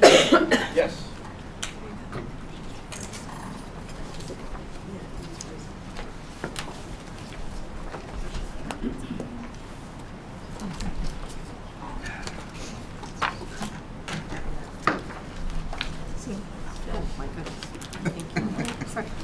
John, you might get cut in the eye. Thank you. All right. Good evening. Good evening. How are we doing? Good. Thanks. So, my name is Jeff Nielsen. I'm the school safety and security coordinator for Milford Public Schools. I've met some of you before, but for others of you, just like to give you a little background about myself. I've been in a position for about 4.5 years now. Prior to that, I worked for the Milford Police Department for 20 years. I retired in 2015. While I was at the Milford Police Department, I was actually the school liaison for the public and private schools in Milford. Following 2013, some of the tragedies we had here in Connecticut, and also around the country, the chief of police at the time felt there was an emphasis to get back and refocus and refresh what we were doing in the schools with our plans and our committees. So I was assigned as liaison for that position. So retiring in 2015 and coming to the schools, and I have a good 7 years of experience of working in emergency management with the schools, which has helped with this position tremendously. And you'll see through the presentation tonight some of the things where we've come to and where we are now currently. We always like to say we're ahead of the curve here in Milford, and you'll see that in the presentation tonight. So with me is Sergeant Chris Doyle from the police department. Sergeant Doyle supervises the special investigations unit, which he'll talk about during his part of the presentation, and the school resource officers, which is a big part of what we do here in Milford. Also, we have Tim Suden, who is senior fire marshal for the Milford Fire Department, another critical community partner with us. The fire marshals are assigned to all of our schools. They assist tremendously with different things, with life safety, and you'll hear from Tim as well. So I did speak with these two, while we were talking about favorite books. And of course, I like security manuals. Since I was a little kid. And I know Tim was talking about fire code regulation books. And Chris, he likes fire code too. Fire code and general statutes. He has an interest in that since he was like a little kid. So I wanted to share that with you before we get started. It's a form of level text. Okay, so the priority up here on the screen, obviously this is our top priority here in the schools. Again, not only locally here, but across the country. We want to make sure we have safe learning environments for our students and for our staff to participate in what they need to do. So we need to kind of strike a balance between safety and security in a welcoming environment in schools. So you think about that. How do we do that? Years ago, safety and security wasn't a big deal in our schools, but the world we're in now, it is. So how do we do that? How do we make people feel comfortable? Our kids, our staff, and our parents as they send the kids to school. So in this presentation, you'll see through the topics here through an overview, we're going to talk a little bit about what we do here in Milford. And a lot of things haven't changed here. We're ahead of the curve, as I said before. So our district safety and security group, I'll talk about them. They've been in existence prior to 2013. Again, we refreshed that as things changed in our culture here. We'll talk about our school-based committees. We have 3 of those here in Milford. And they are intertwined, but they do separate things. We'll talk about our school incident management manual. That's the equivalent of an emergency operations plan, as you might see in towns and cities and private sector. This is kind of the things you'll do during an emergency. We'll talk about that. And we'll talk about assessments, and that's where our police department, our fire department come in. In partnership with us, we look at our strengths, our weaknesses, and what we can do better to make our schools a safer place to be. And we'll talk about training our staff, and training with outside entities. And we'll talk about our layers of security. That's our equipment, our people, and our processes we have in place to affect our plan. And then lastly, and most importantly, as you see with these two in the room tonight, our partnerships with our outside agencies. And it's not just our police and fire, but it's our health department. It's our student transportation. It's our school-based partners, state level, federal level. There's a lot that goes into school safety and security, and you'll see that throughout the slides here. So, our district safety and security groups, again, it's been in existence for a very long time. They're tasked with something very important. That's making sure that we have an emergency plan in place in the district. And that emergency plan conforms with state statutes, with state standards. The state of Connecticut puts out a standard every year for us, that we follow, and that all of our committees at our local level, local schools are reporting up, and the district committee is reporting down. So we need to have that communication, and we do that effectively. And you'll see it reports to the superintendent of schools and chief of police. They're the two primary partners in our school safety process we have here in the district. And you can see on the very bottom there, it's a lot of people that are involved in this committee. It's on a district level. You have our school levels. It's elementary, it's middle school, it's high school. We have pupil personnel services. We have operations, facilities. Facilities is very important. We have to make sure all our equipment is up and running. Our IT department, very heavy into IT integration these days for the IT world. And again, they're in school services, health department, police and fire. Our school-based committees, by state law, we're required to have school-based committees. So the security committee at the local school level, they're responsible for what's happening in their building to make sure that the plan that we develop as a district is being utilized in that individual school, and we're following what we need to do. They report back on safety and security matters related to their school, up to the district level and to myself, and we look at those and how we can improve things if we have to. Our safe school climate, that's for our positive school culture. Bullying, safe school climate. We want to make sure we have programs, preventative programs in place so kids feel comfortable in school, and also the students are able to reach out to trusted adults if they see an issue in our schools, and we can address that. Then our school occupational safety. We work very closely with facilities on this to make sure that we have safe conditions in our schools for our employees. So as you can see, those three, even though they're separate, they're all intertwined when it comes to the overall goal of safe and secure schools. And below, you see incident management teams. I'm sorry if I stand in the way of the crowd. I like to move around a lot. Our incident management teams, every school has a individual school incident management team. If something happens, they know what to do with the plan that we'll talk about in a few minutes. There's an action guide in there. They have duties and responsibilities that are above and beyond what the normal staff member may do in that school. They run a scene for an emergency until the first responders get there. So our plan, if you think about a plan, we identified as an all hazards approach. So if you think about the different threats and emergencies that we may have, think about things here, weather related, man-made, chemical, could be something with a tanker truck that flips over on the highway and it's never already in school. We have to identify all these threats and hazards and how we're going to respond to those. For preparedness, response, recovery, all the different phases of emergency management, we have to take that into consideration when we identify all these threats and hazards. Action guide for those specific incidents. What are we telling our employees to do? Defend in place, evacuate a building, so they need to know these things. It's the basis for all of our safety and security training, so this is kind of like the framework up at the top and everything trickles down. And we have to update it annually by state statute. So we have to submit our plan standards to the state of Connecticut for review and approval. There's two pieces to that. One is that we want to make sure that we're in compliance with what they're telling us to do, but also it benefits us when it comes to security grants, our competitive grants, our construction grants for school safety and security. Our assessments. Fire department, police department, as I mentioned before, they are involved in all of our security assessments and our life safety assessments to make sure our buildings are safe places to be and how we can improve if we have a vulnerability. Every 2 years, we're required to do a vulnerability assessment by the state. So Sergeant Doyle will talk about a little about that in his presentation, but it's a partnership between us and them to make sure that we're identifying, do we have clear lines of sight? Do we have access control? Do we have camera coverage? Do we have radio coverage? You'll see that in the layers of security part of this presentation in a few minutes. Our training. We're required by state law. Again, there's a lot of state mandates on us for this stuff. To give an overview of our plan, which is our action guide to all of our employees. So this is from our administrators to substitutes, food service, facilities, IT, whoever is involved with kids in our schools, they have to have an overview of our plan and understand it. And have the capability and the comfort level to respond and enact these things if they need to. Crisis drills are done in all of our schools. So the standard for schools is 7 fire drills and 3 crisis drills. That crisis drill could be a lockdown, could be an evacuation due to a gas leak, whatever it may be. We do above that. We do 1 more additional per year. So we have 14 schools. We're over 150 drills per year. It's a lot of drills. It's a lot of training. But again, we have a plan. We have to exercise that plan. And the way we do that is with these drills. There's feedback from our first responders on these as well. We invite them to our drills, the SROs, for the crisis drills in all of our schools, and our crime prevention officer, which Sergeant Doyle will talk about shortly. They facilitate those drills in our schools for us.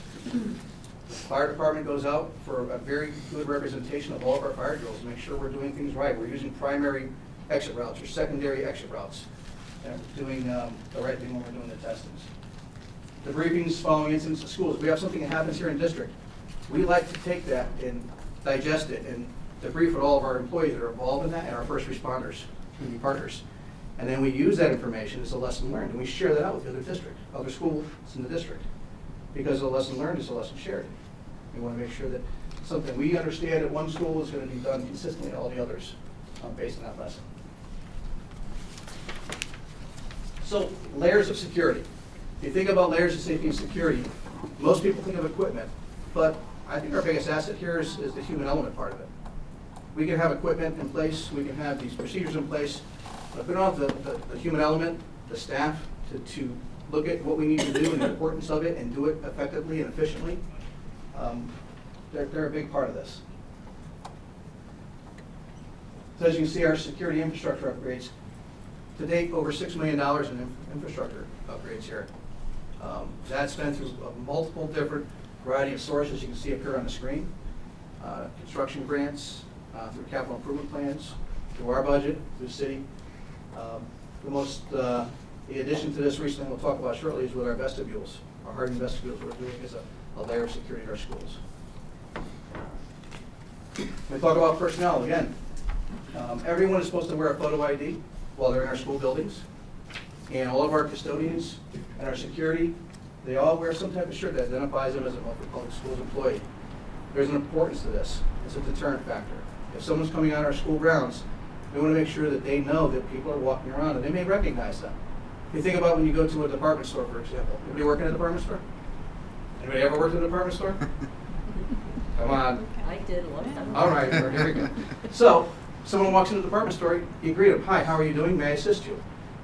There's two folds to that. One is to customer service, which is what we pride ourselves here in Milford Public Schools with. But also it's to let someone know, hey, we're watching you if you're thinking you're going to do something wrong in our schools. So same thing with the uniforms. People see that, and it has that twofold presence with it. Our access control in our schools. We have electronic access control. We have swipe cards.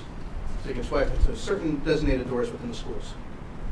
So in addition to that, our first responders during an emergency, Sergeant Doyle, all the police officers, the fire department has one of their vehicles.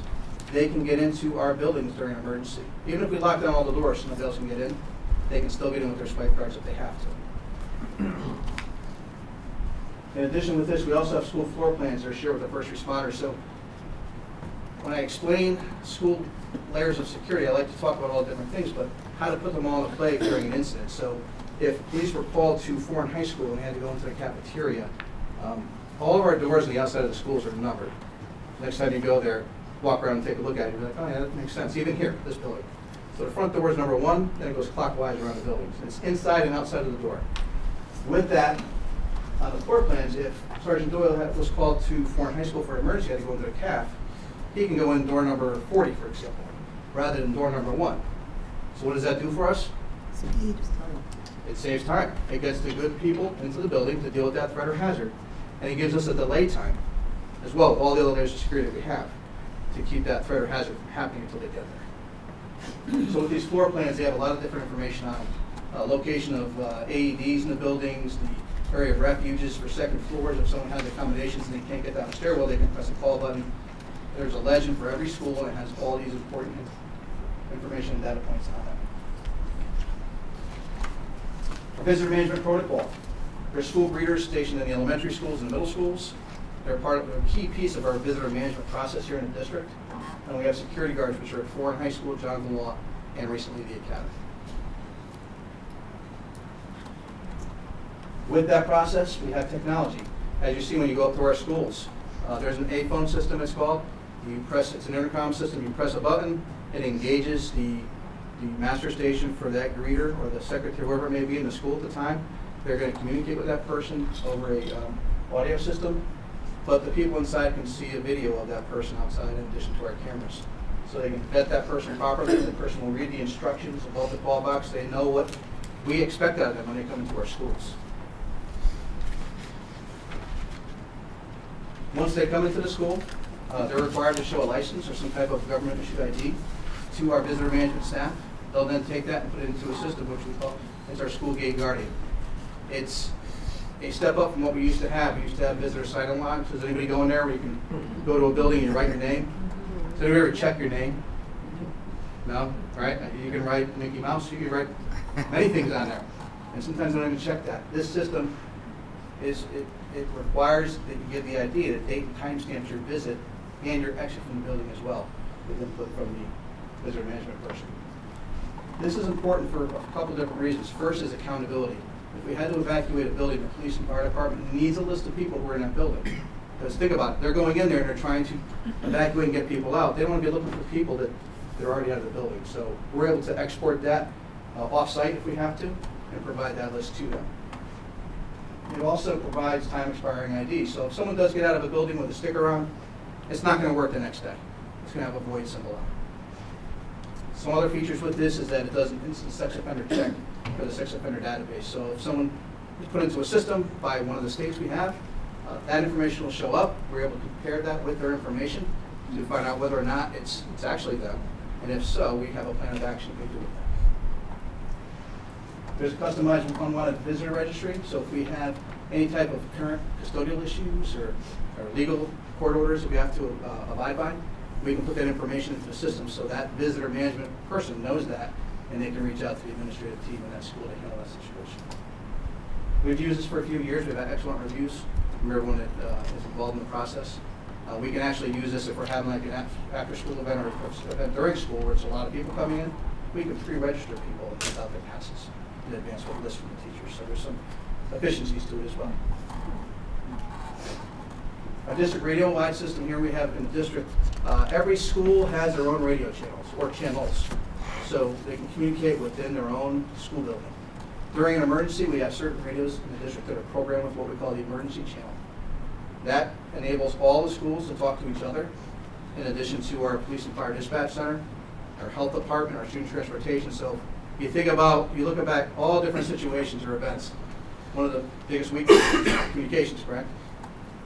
We don't have that issue with our radio system, so we're able to talk district-wide, and then we can isolate it to that school. If we have to do it afterwards, well, we get those initial calls out. Again, it's getting the fire or police officer there quicker, situational awareness, and we got that delay time for us. Video surveillance, we have video cameras at all our 14 schools, inside and outside. These are able to be seen at the police and fire dispatch center during an emergency. So I talk again about those layers. You know, someone calls up for an emergency in a school, the school staff are trained to identify the closest interior or exterior door to get into the building. They bring up a floor plan in their dispatch center, and they provide that situational awareness over the radio to the responding officers. And they can also watch the cameras at the same time. So all these different layers we have in place, again, gets them into the buildings quicker if we need them. AEDs, we have these in all 14 buildings. A lot of these have been donated by private groups here in Milford, civic groups. So all of our schools have these, our athletic teams have these. Some schools have multiple units of them, depending on the size of the school, especially at a high school level. We have stickers at the main front doors of these buildings, so if someone's using the building after hours, they know that we have a device at the school. So if someone's trained or not trained in it, they can use it. It's a public device that they can just follow directions. And it saves someone's life. We provide first aid and CPR and AED training to all of our employees throughout the year. I think we offer it 4 times a year through a bulletin that Kathy puts out through Ms. Spaziano to promote that program. So once we're outside our building and we evacuate, we need some things to sustain what we do outside until first responders get there to take over scenes. So we have go kits, and these have supplies and things we can use to crowd control, account for our students, first aid if needed, to make sure that we are safe outside until first responders take over. So these are put in main offices usually, and in another part of the building designated by the building administrator. And they also have laminated floor maps for the first responders in case they need to look at those on scene as well to make some decisions. I had talked about the hardened vestibules before. So West Shore Middle School, has everyone been there? Have you seen the way that vestibule is set up? That's the model that we're going to be using here in Milford Public Schools for a lot of other schools. We want to make sure that we have reinforced glass and hardware, both entry points. So this allows the greeter or the visitor management specialist to vet them outside the first set of doors. And once they come into the second set, then they will vet them again to get their credentials. They'll put it in the school gate guardian. They can call to the main office or whatever visitor they may be seeing to say, okay, this is the person coming to see you. Is this okay? It also avoids things that are commonly we call ghosting. Has anyone ever heard of that before? Ghosting is politeness. Hey, let me hold that door for you. Right? As much as we want to be courteous to everybody and be welcoming, that's one thing we try to tell people not to do in our schools because everyone should be properly vetted. This helps with that problem tremendously. So you see on the bottom we have several upcoming projects here in local public schools. Slated for this summer, tentatively, we have 5 schools that we're looking to do with these improvements. And then next school year, tentatively, we have 3 more, maybe a 4th, depending on the funds we have available. So the most important part of our presentation, I think, tonight is partnerships. Again, I go back to that human element. Internally, in our school district, we have good people working in our schools, but our partners, our partnerships, really make what we do here at Milford. And I'll tell you, and I said this the last time I presented last year in front of all of you, and I'll say it every time I see people. We go to other districts here, other communities, and police, fire, health, and schools, there's not that communications that we have here. We have a very good community here. People work well together, and I pride ourselves on that. That's probably one of the biggest things we have in our program. With that said, I'm going to have Sergeant Doyle come up and talk a little bit about the School Resource Officer Program, what they do, and a little bit about the background. Good evening, everyone. I'm not quite as much of a public speaker as Jeff here, so I apologize in advance for that. But I did this job before in 2015, 2016, and I'll tell you, it's probably the hardest job in the police department, it really is. I talk to Jeff on a daily basis more than I talk to my wife, and I mean that wholeheartedly.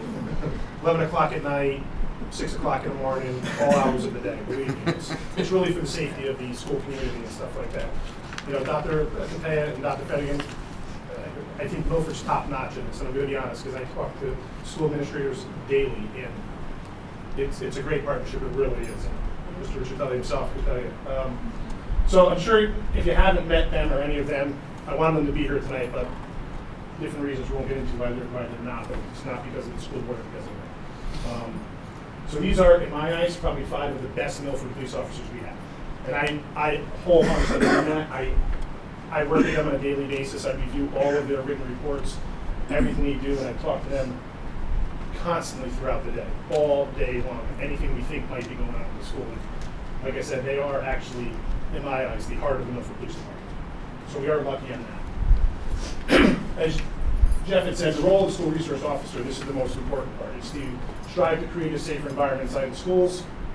You know, they're present there and visible and accessible to all students and staff. And by that, I mean, it's easy to write that, but it's also hard to know that they are there for everything. They sit through meetings, they sit with the principals, they sit with the guidance counselors, they sit with the social workers, they sit on a lot of stuff. And you'll see later in this how many calls they do for service a year. Like I said, I'm just not a public speaker, so I apologize in advance. They serve as a positive role model, you know, to build trusting relationships, not only just inside of the school, but for police department outside of the school. You know, our goal being in there is to work with them and build them, not to arrest them.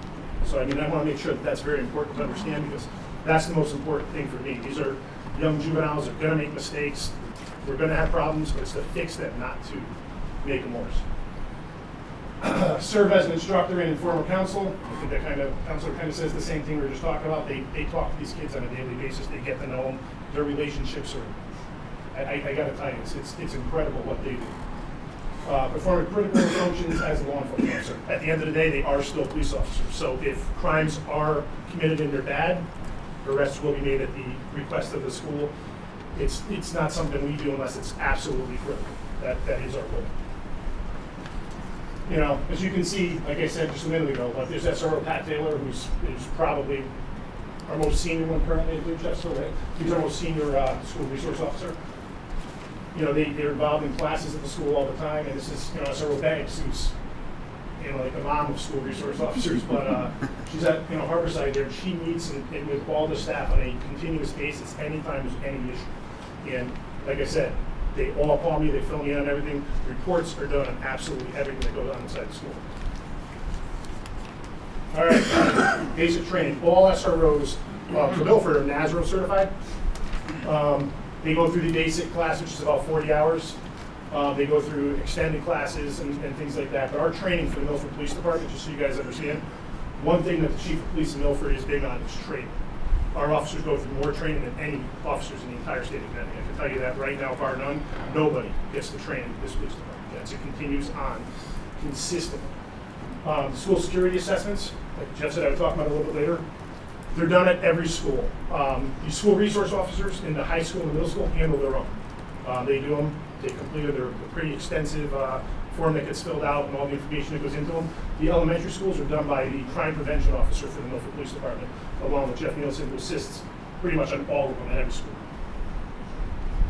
Autism awareness, our entire, not even just our school resource officers, our entire police department goes through autism awareness. It really, I mean, I don't know if anybody's seen the car that they did a year ago. The police department takes it very seriously. It's a learning curve for all of us, and we do a lot of training on it. Mental health and first aid, I think that kind of goes on its own there. The juvenile legal updates. This is probably, for me, one of the more important ones. I got to tell you, it's hard to keep up with. The juvenile laws and the juvenile things change every single day. You know, there's a constant thing now because they're trying to stop recidivism, obviously, with the juveniles, but it's also just trying to make sure that we all understand they're still kids. You know, and that's the most important part to understand. The active aggressor preparedness and response, again, I mean, we do an extensive amount of training, not even just for the school resource officers, but for the entire police department, how we respond to schools and any incidents out in the schools or outside of the schools, including, you know, bus stops and everything that goes on, all the way from the minute they leave their home to the minute they get home to their house. These are just some of the statistics for the school resource officers. As you see, back in 2012, 2013, this is prior to having school resource officers. You know, at the schools, we did about 712 calls for service, 28 arrests. You know, and that's just in the schools that are represented by SROs, just so you know. It's the 6 schools that have school resource officers in it. You know, 28 arrests were made back then. 4% of the calls for service resulted in an arrest. Obviously, having the school resource officer is such a great tool because they get to work with the kids. They kind of understand that you're not going to get away with stuff quickly.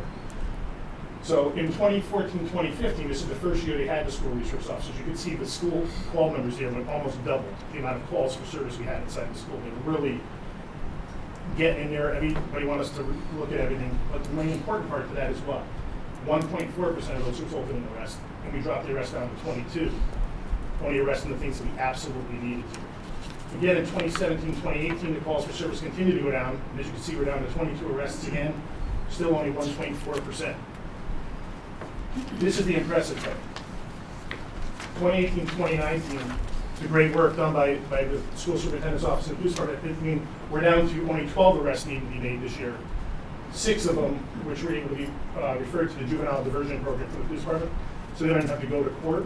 We can handle their work with the school and the health department, everybody, to try to help these kids get back on the right track.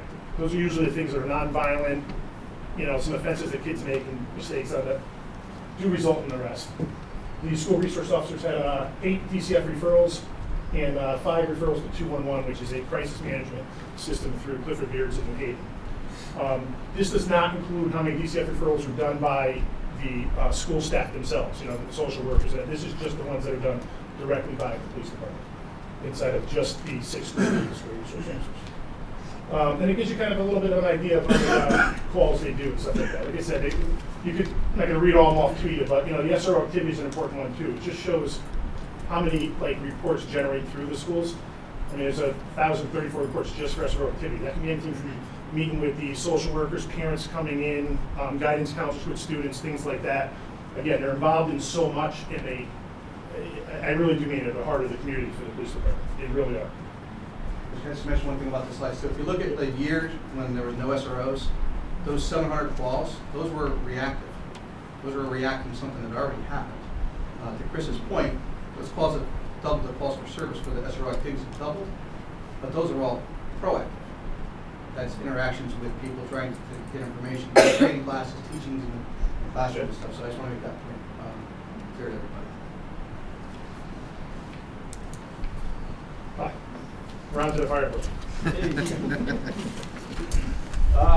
Again, Timothy Suden, Senior Fire Inspector with the Milford Fire Marshal's Office.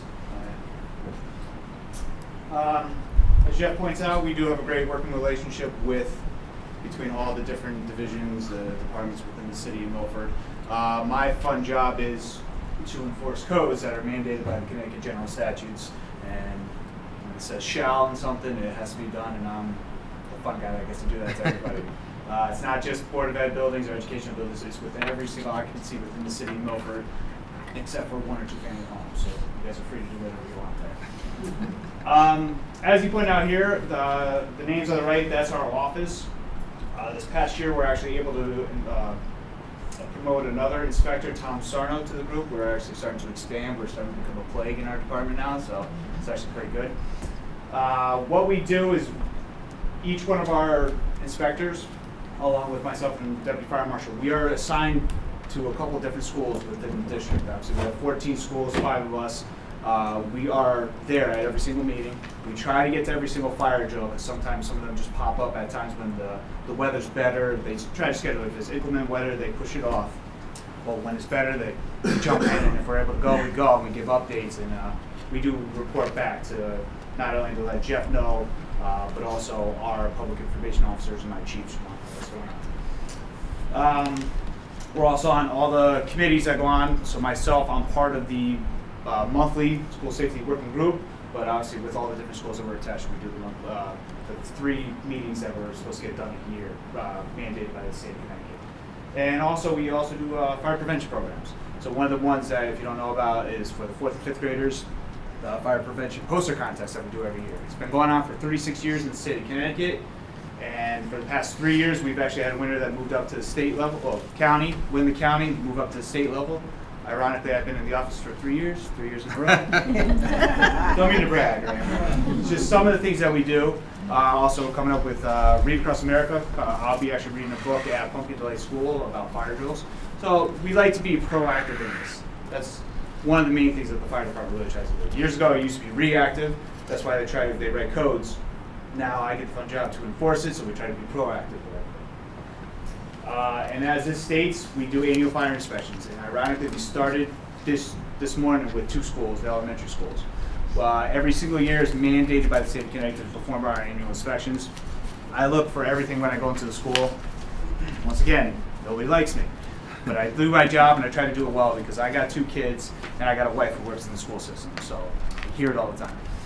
But I want to make sure that the buildings are as safe as possible by the code standards for fire codes. Fire codes are very strict for what it is that they do, especially in educational facilities. We try to make it, without doing street modifications, as it's called, we try to make it as safe as possible to work with the police department for lockdown drills, what they can and can't do. And like we said, we work well together with the different partnerships and the layers, as Jeff put it. Obviously, with the fire code compliance, if there's any kind of with the vestibules that he talked about installing, they obviously have to go through a permitting process with the building department, health department, our fire marshal's office. So we make sure that everything is actually up to code, but we also, because we're approached by Pat Bradbury over at facilities, him, Chris Bravering, Patty in the office, are just great people to work with, and also the whole staff for every single school, because those are our eyes and ears if the administrative staff doesn't want to tell us anything. We are there for evacuation plans and maps. We help to make sure not only do they use their primary routes, but we want to be sure that they use their secondary routes. We may actually stand in front of the door and say, fire, fire, just to make sure that they actually practice those, or they might just run us over.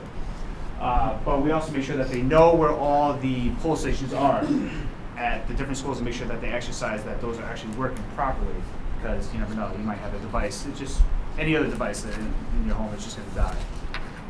And then the relocation areas is one of the big areas too. When you get out of the building, the main thing is to stay out of the building and get to an area that you're actually out of the way from fire and police operations. Because obviously we show up with those big trucks and it looks like chaos, but it's organized chaos, and we just don't want to make sure that anybody's hurt while we're going through it. I think those are just a couple main topics that Jeff had for me. I'll pass it back over to him and obviously. So this is the end of our presentation. I know all of you have a handout on that. If you have any questions that I can answer or Tim or Chris can answer, we'll be happy to address those right now. Thank you. I have just one, hopefully, quick question. You mentioned that first responders have access to all the doors during an emergency only, I believe? All the time. All the time. But what our standing policy is with the police department is that they use the front doors for normal business. Because if they're coming in a side door, that's not normal to us. That's a training piece we do with our staff. When people go to doors that aren't the front, that raises the hair on their neck, and they report that. So when they see that, it causes an alarm. So they always use the front door during that. And they're able to get in with like a ID card? If they're going for non-business, they will use the A-phone system. They won't swipe in. But if they have to, Chris, you can see on his thing, it's equivalent to our cards. It's the same system. So actually, it's a partnership with facilities that one of their captains actually sends over their employee list, and we put it into our system, and then they give them the access to a software program. What steps are in place to ensure that those remain secure? Because I imagine if somebody happens to find one of those, they can get into the door and the kind of So pretty easily. the police department has a process in place to account for their fobs internally, because they do their building as well. But there's no identifying marks on those. So if someone finds one of those on the street, they're not going to know it belongs to them or the police department, nor is it going to get them into a school building. And our employees are, the police officers are also told if they ever lose one of these or any of the keys, we report them immediately. They're immediately shut off. Cool. Thank you. They're very easy to deactivate. Other questions? Ms. Boynton? I have two questions. My first is, I'm just curious why Harborside and the Academy share an SRO rather than have each a dedicated one. And my second question is, you talked in your PowerPoint about doing vulnerability assessments, and I'm just curious, whether that vulnerability assessment goes beyond the physical building and also includes a human element as well. I mean, I'm thinking that, so many school shootings, unfortunately, involved students, so I'm wondering if vulnerability assessments includes that knowledge, conversation. So to your first question about this, we're sharing the two schools. Historically, we didn't have that additional SRO position. That was actually, we shared Michelle shared the middle schools. So that officer actually shared the middle school in that one, and we shared the other two middle schools with another one. So through the budget, we were able to get that additional position, which allowed us to free up one of the SROs at that other middle school. So it gave us the 3. It's worked out well. Chris has numbers on it, and it supports the relationship with the SRO and the building administrator for the academy, for example. They have some set times where she'll go over there. Based on the qualifying and the relationships that she's built there, she's able to manage both positions very well. We're able to adjust our supports if we need to. So if we have incidents happening at another school, she can shift over there. We can alternate coverage with the other SROs in the other places as well. So we have planning in place for that to accommodate, but we're very comfortable with the way the system is right now. As far as the second question with the vulnerability assessments, there is a human element to that, this behavioral threat assessment. And in our schools, we have crisis teams that address that through our social workers, through the school resource officers and others. So if something comes up, they're sharing that information. Generally, it's addressed in the vulnerability assessments, but not specifically for students. But each student is a specific situation. We have a program in place that was Sandy with Promise. There's actually a state grant this year that we participated in, where there's 3 different programs: Signs of Suicide, Say Hello, and Say Something. So we're using those programs as a preventative piece to get out to our students to say, hey, it's okay to go up to a trusted adult and tell them about something, especially if it's a student who needs some services, or they're saying something that may seem out of place where it could get to another level where it may be a threat to somebody. So we address those programs. Thank you. Thank you. Other questions? Mr. DeYoung? Thank you.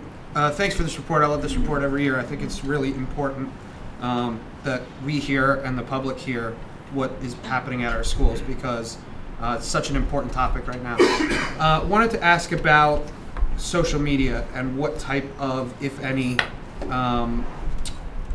monitoring that you guys do around social media, because it's such a volatile area. I see Sergeant Doyle looking at me. right now. He's giving me the glare. So social media is a very big challenge for us. Yeah. Not only here in Milford, but across the country.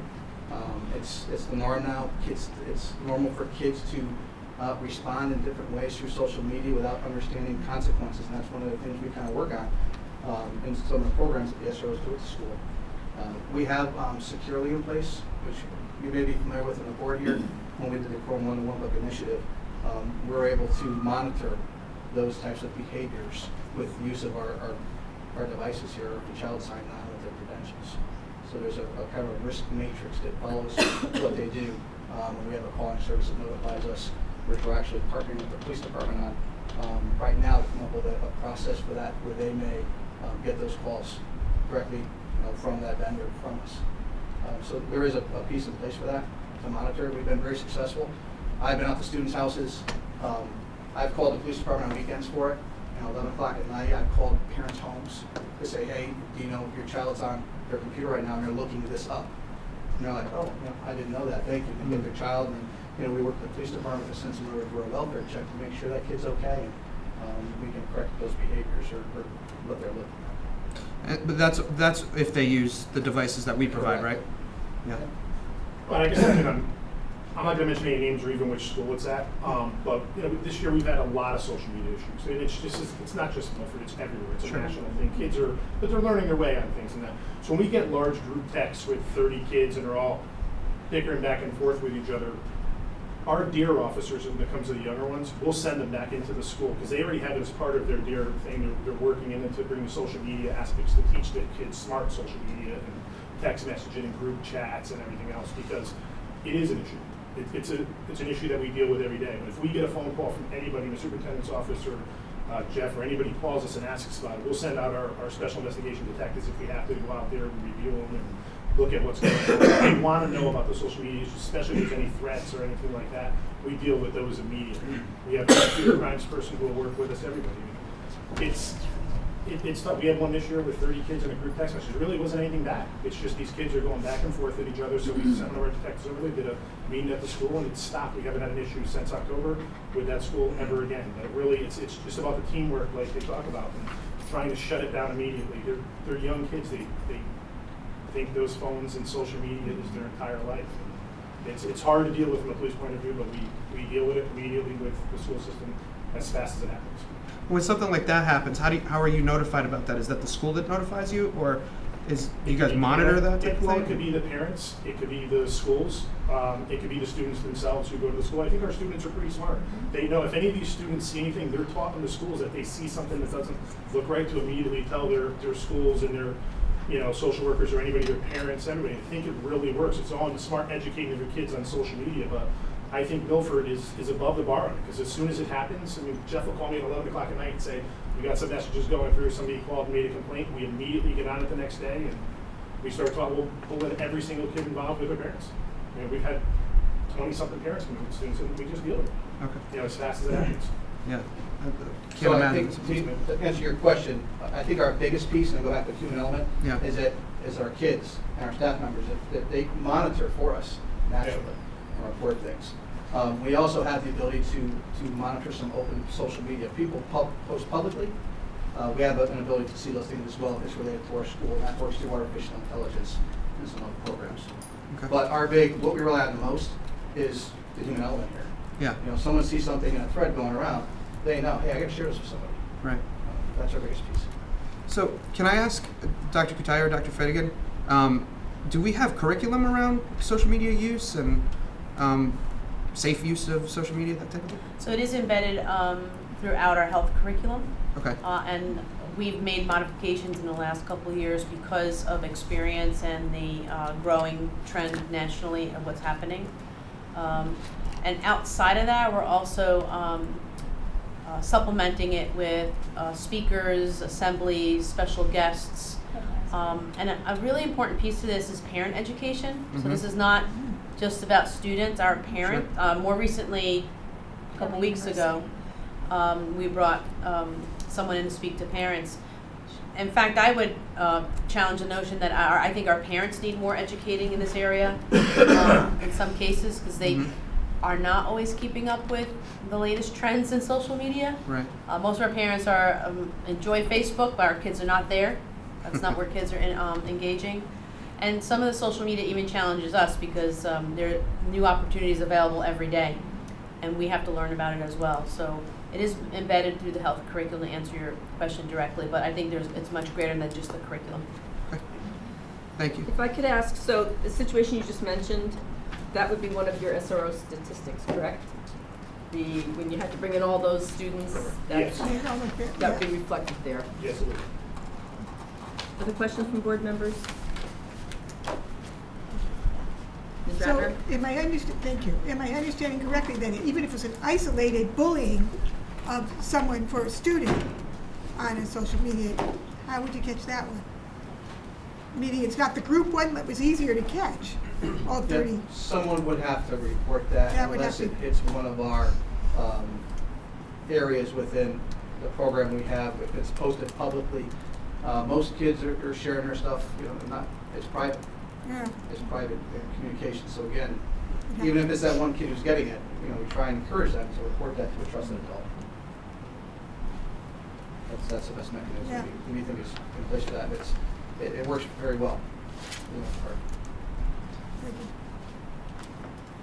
Other questions? Okay, seeing none. Thank you so much. This is an excellent report. I hope you go home and everyone reads the security manual tonight. Thank you for your time, everybody. Thank you. There may be a test coming, right? Thanks, Nancy. So to continue with the superintendent's report, just like I think the rest of the state, there is something going through our offices. So Ms. Capazna unfortunately can't be with us this evening. I think she'd rather be here than home sick. So Mr. Riccicelli is going to do his best to fill in. Thank you, Mrs. Glenn, members of the board, Dr. Kataya.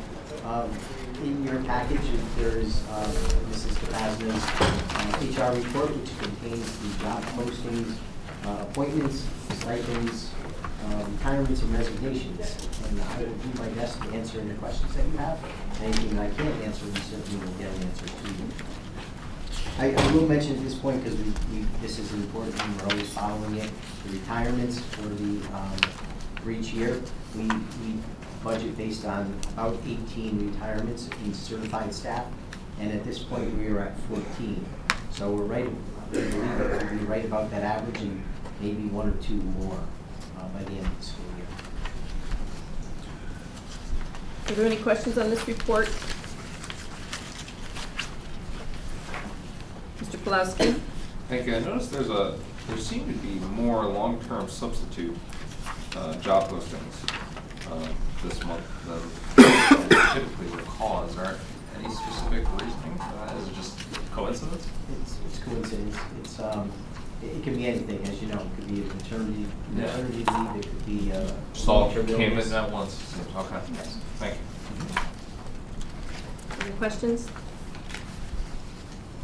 All right, thank you. And Mr. Riccicelli will also take the disbursement report with me. And likewise, in the package, there is a listing of all of the disbursements for the district for the month of January, over the amount of $1,500, and I would be happy to answer any questions that you have. Ms. Petrosky? I don't think what page it is here. On page 14, the fourth from the bottom, Omni Data LLC for the main office cameras. Could you Yes. elaborate a little bit about what's included in that?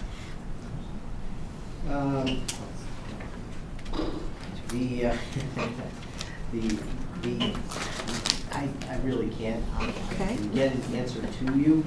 I believe that it's our annual contract that we have with Omni Data that does all of our security and all of our locking door mechanisms and things like that.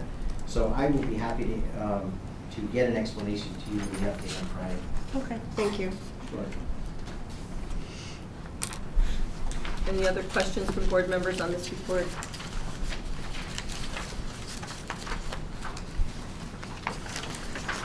Okay, seeing none. I think that concludes Dr. Kutaya's report, correct? Yes, ma'am. All right. We have a consent agenda motion, Mr. Trustee. Motion that the Milford Board of Education approves consent agenda items, consideration of minutes, January 13th, 2020 business meeting, January 15th, 2020 special meeting, January 16th, 2020 special meeting, January 22nd, 2020 special meeting. Is there a second? Second. Mr. Fowler seconds. All in favor? Aye. Any opposed? Motion carries unanimously. Do you have any board comment this evening? Ms. Boynton. So during her report on Foreign High School, Karina mentioned how Grace Jordan, who's a senior at the school, participated in the Milford Suffrage Centennials Committee's kickoff celebration. I just wanted to make sure that I publicly thanked and recognized the other two students. There were three young women who read excerpts of a speech that Isabella Beecher Hooker did in 1883, proclaiming the need in Washington, D.C. for women to have the right to vote. So in addition to Grace Jordan from Foreign, there was Amelia Mower from Jonathan Law, a senior there, and Rosalita Navarra, who is a junior at the Academy. And they did a remarkable job adding a layer of richness to a remarkable citywide event. So I wanted to thank them and Jim Messina and all of those who were involved in helping prepare them and getting them ready. So, thank you. Any other board comment? Mr. Pulaski? Thank you. I'd just like to commend Serena for giving the nice little case for allowing students to have more sleep for high school. I remember having those exact same thoughts when I was going to high school, and I have those thoughts now when I go to work. And I will say, one good thing about where I work right now is we do have a flexible start time, and it's very, very helpful for a number of people. And I know that's something we have explored options for this in the past, and that we'll probably end up exploring it again at some point in the future. But it is definitely something that is an ongoing issue, and I don't know how to solve it, but I second it. Yep. Did you, this half the table got these, right, from her? This half. We did not. Ms. Twist, you had a comment? Yes, I wanted to say that I had attended the Unified Basketball Tournament here in Milford, and I want to make a special point of a couple of things. None of us. It was an incredible experience. It was so wonderfully well run by the staff from both Foreign and Law, with the peer models working with kids with disabilities. Astonishing. Carol and I were talking, and we both had the same reaction. Lots of times we have to deal with a lot of behaviors with our kids. There's a lot of downtime. There was one negative behavior, and I attribute that to peer models, to really incredibly good planning on the part of the Milford staff to have this thing up and running wonderfully well. And really, Mr. Berkowitz and I were talking, and he said, it's just pure. And that's probably the best way to describe this, to be able to see kids just working together, and working together in such a positive and affirming way. And honestly, the staff across the board, there wasn't a person who left early. Mrs. Gillespie was there with Mr. Berkowitz, talking to all of the kids, and just absolutely wonderful. That brings me to my other little special ed thing. We haven't really acknowledged Carol, and I feel very compelled to do so. Having been in that position, I have to say this. I have rarely worked with anyone who's, as a special ed director, who's brought such grace, calmness, and a sense of what is important for all kids in the district, as I have seen with you. And I do want to acknowledge that, because once again, there she is at the Unified Basketball game. Pretty cool, quite honestly.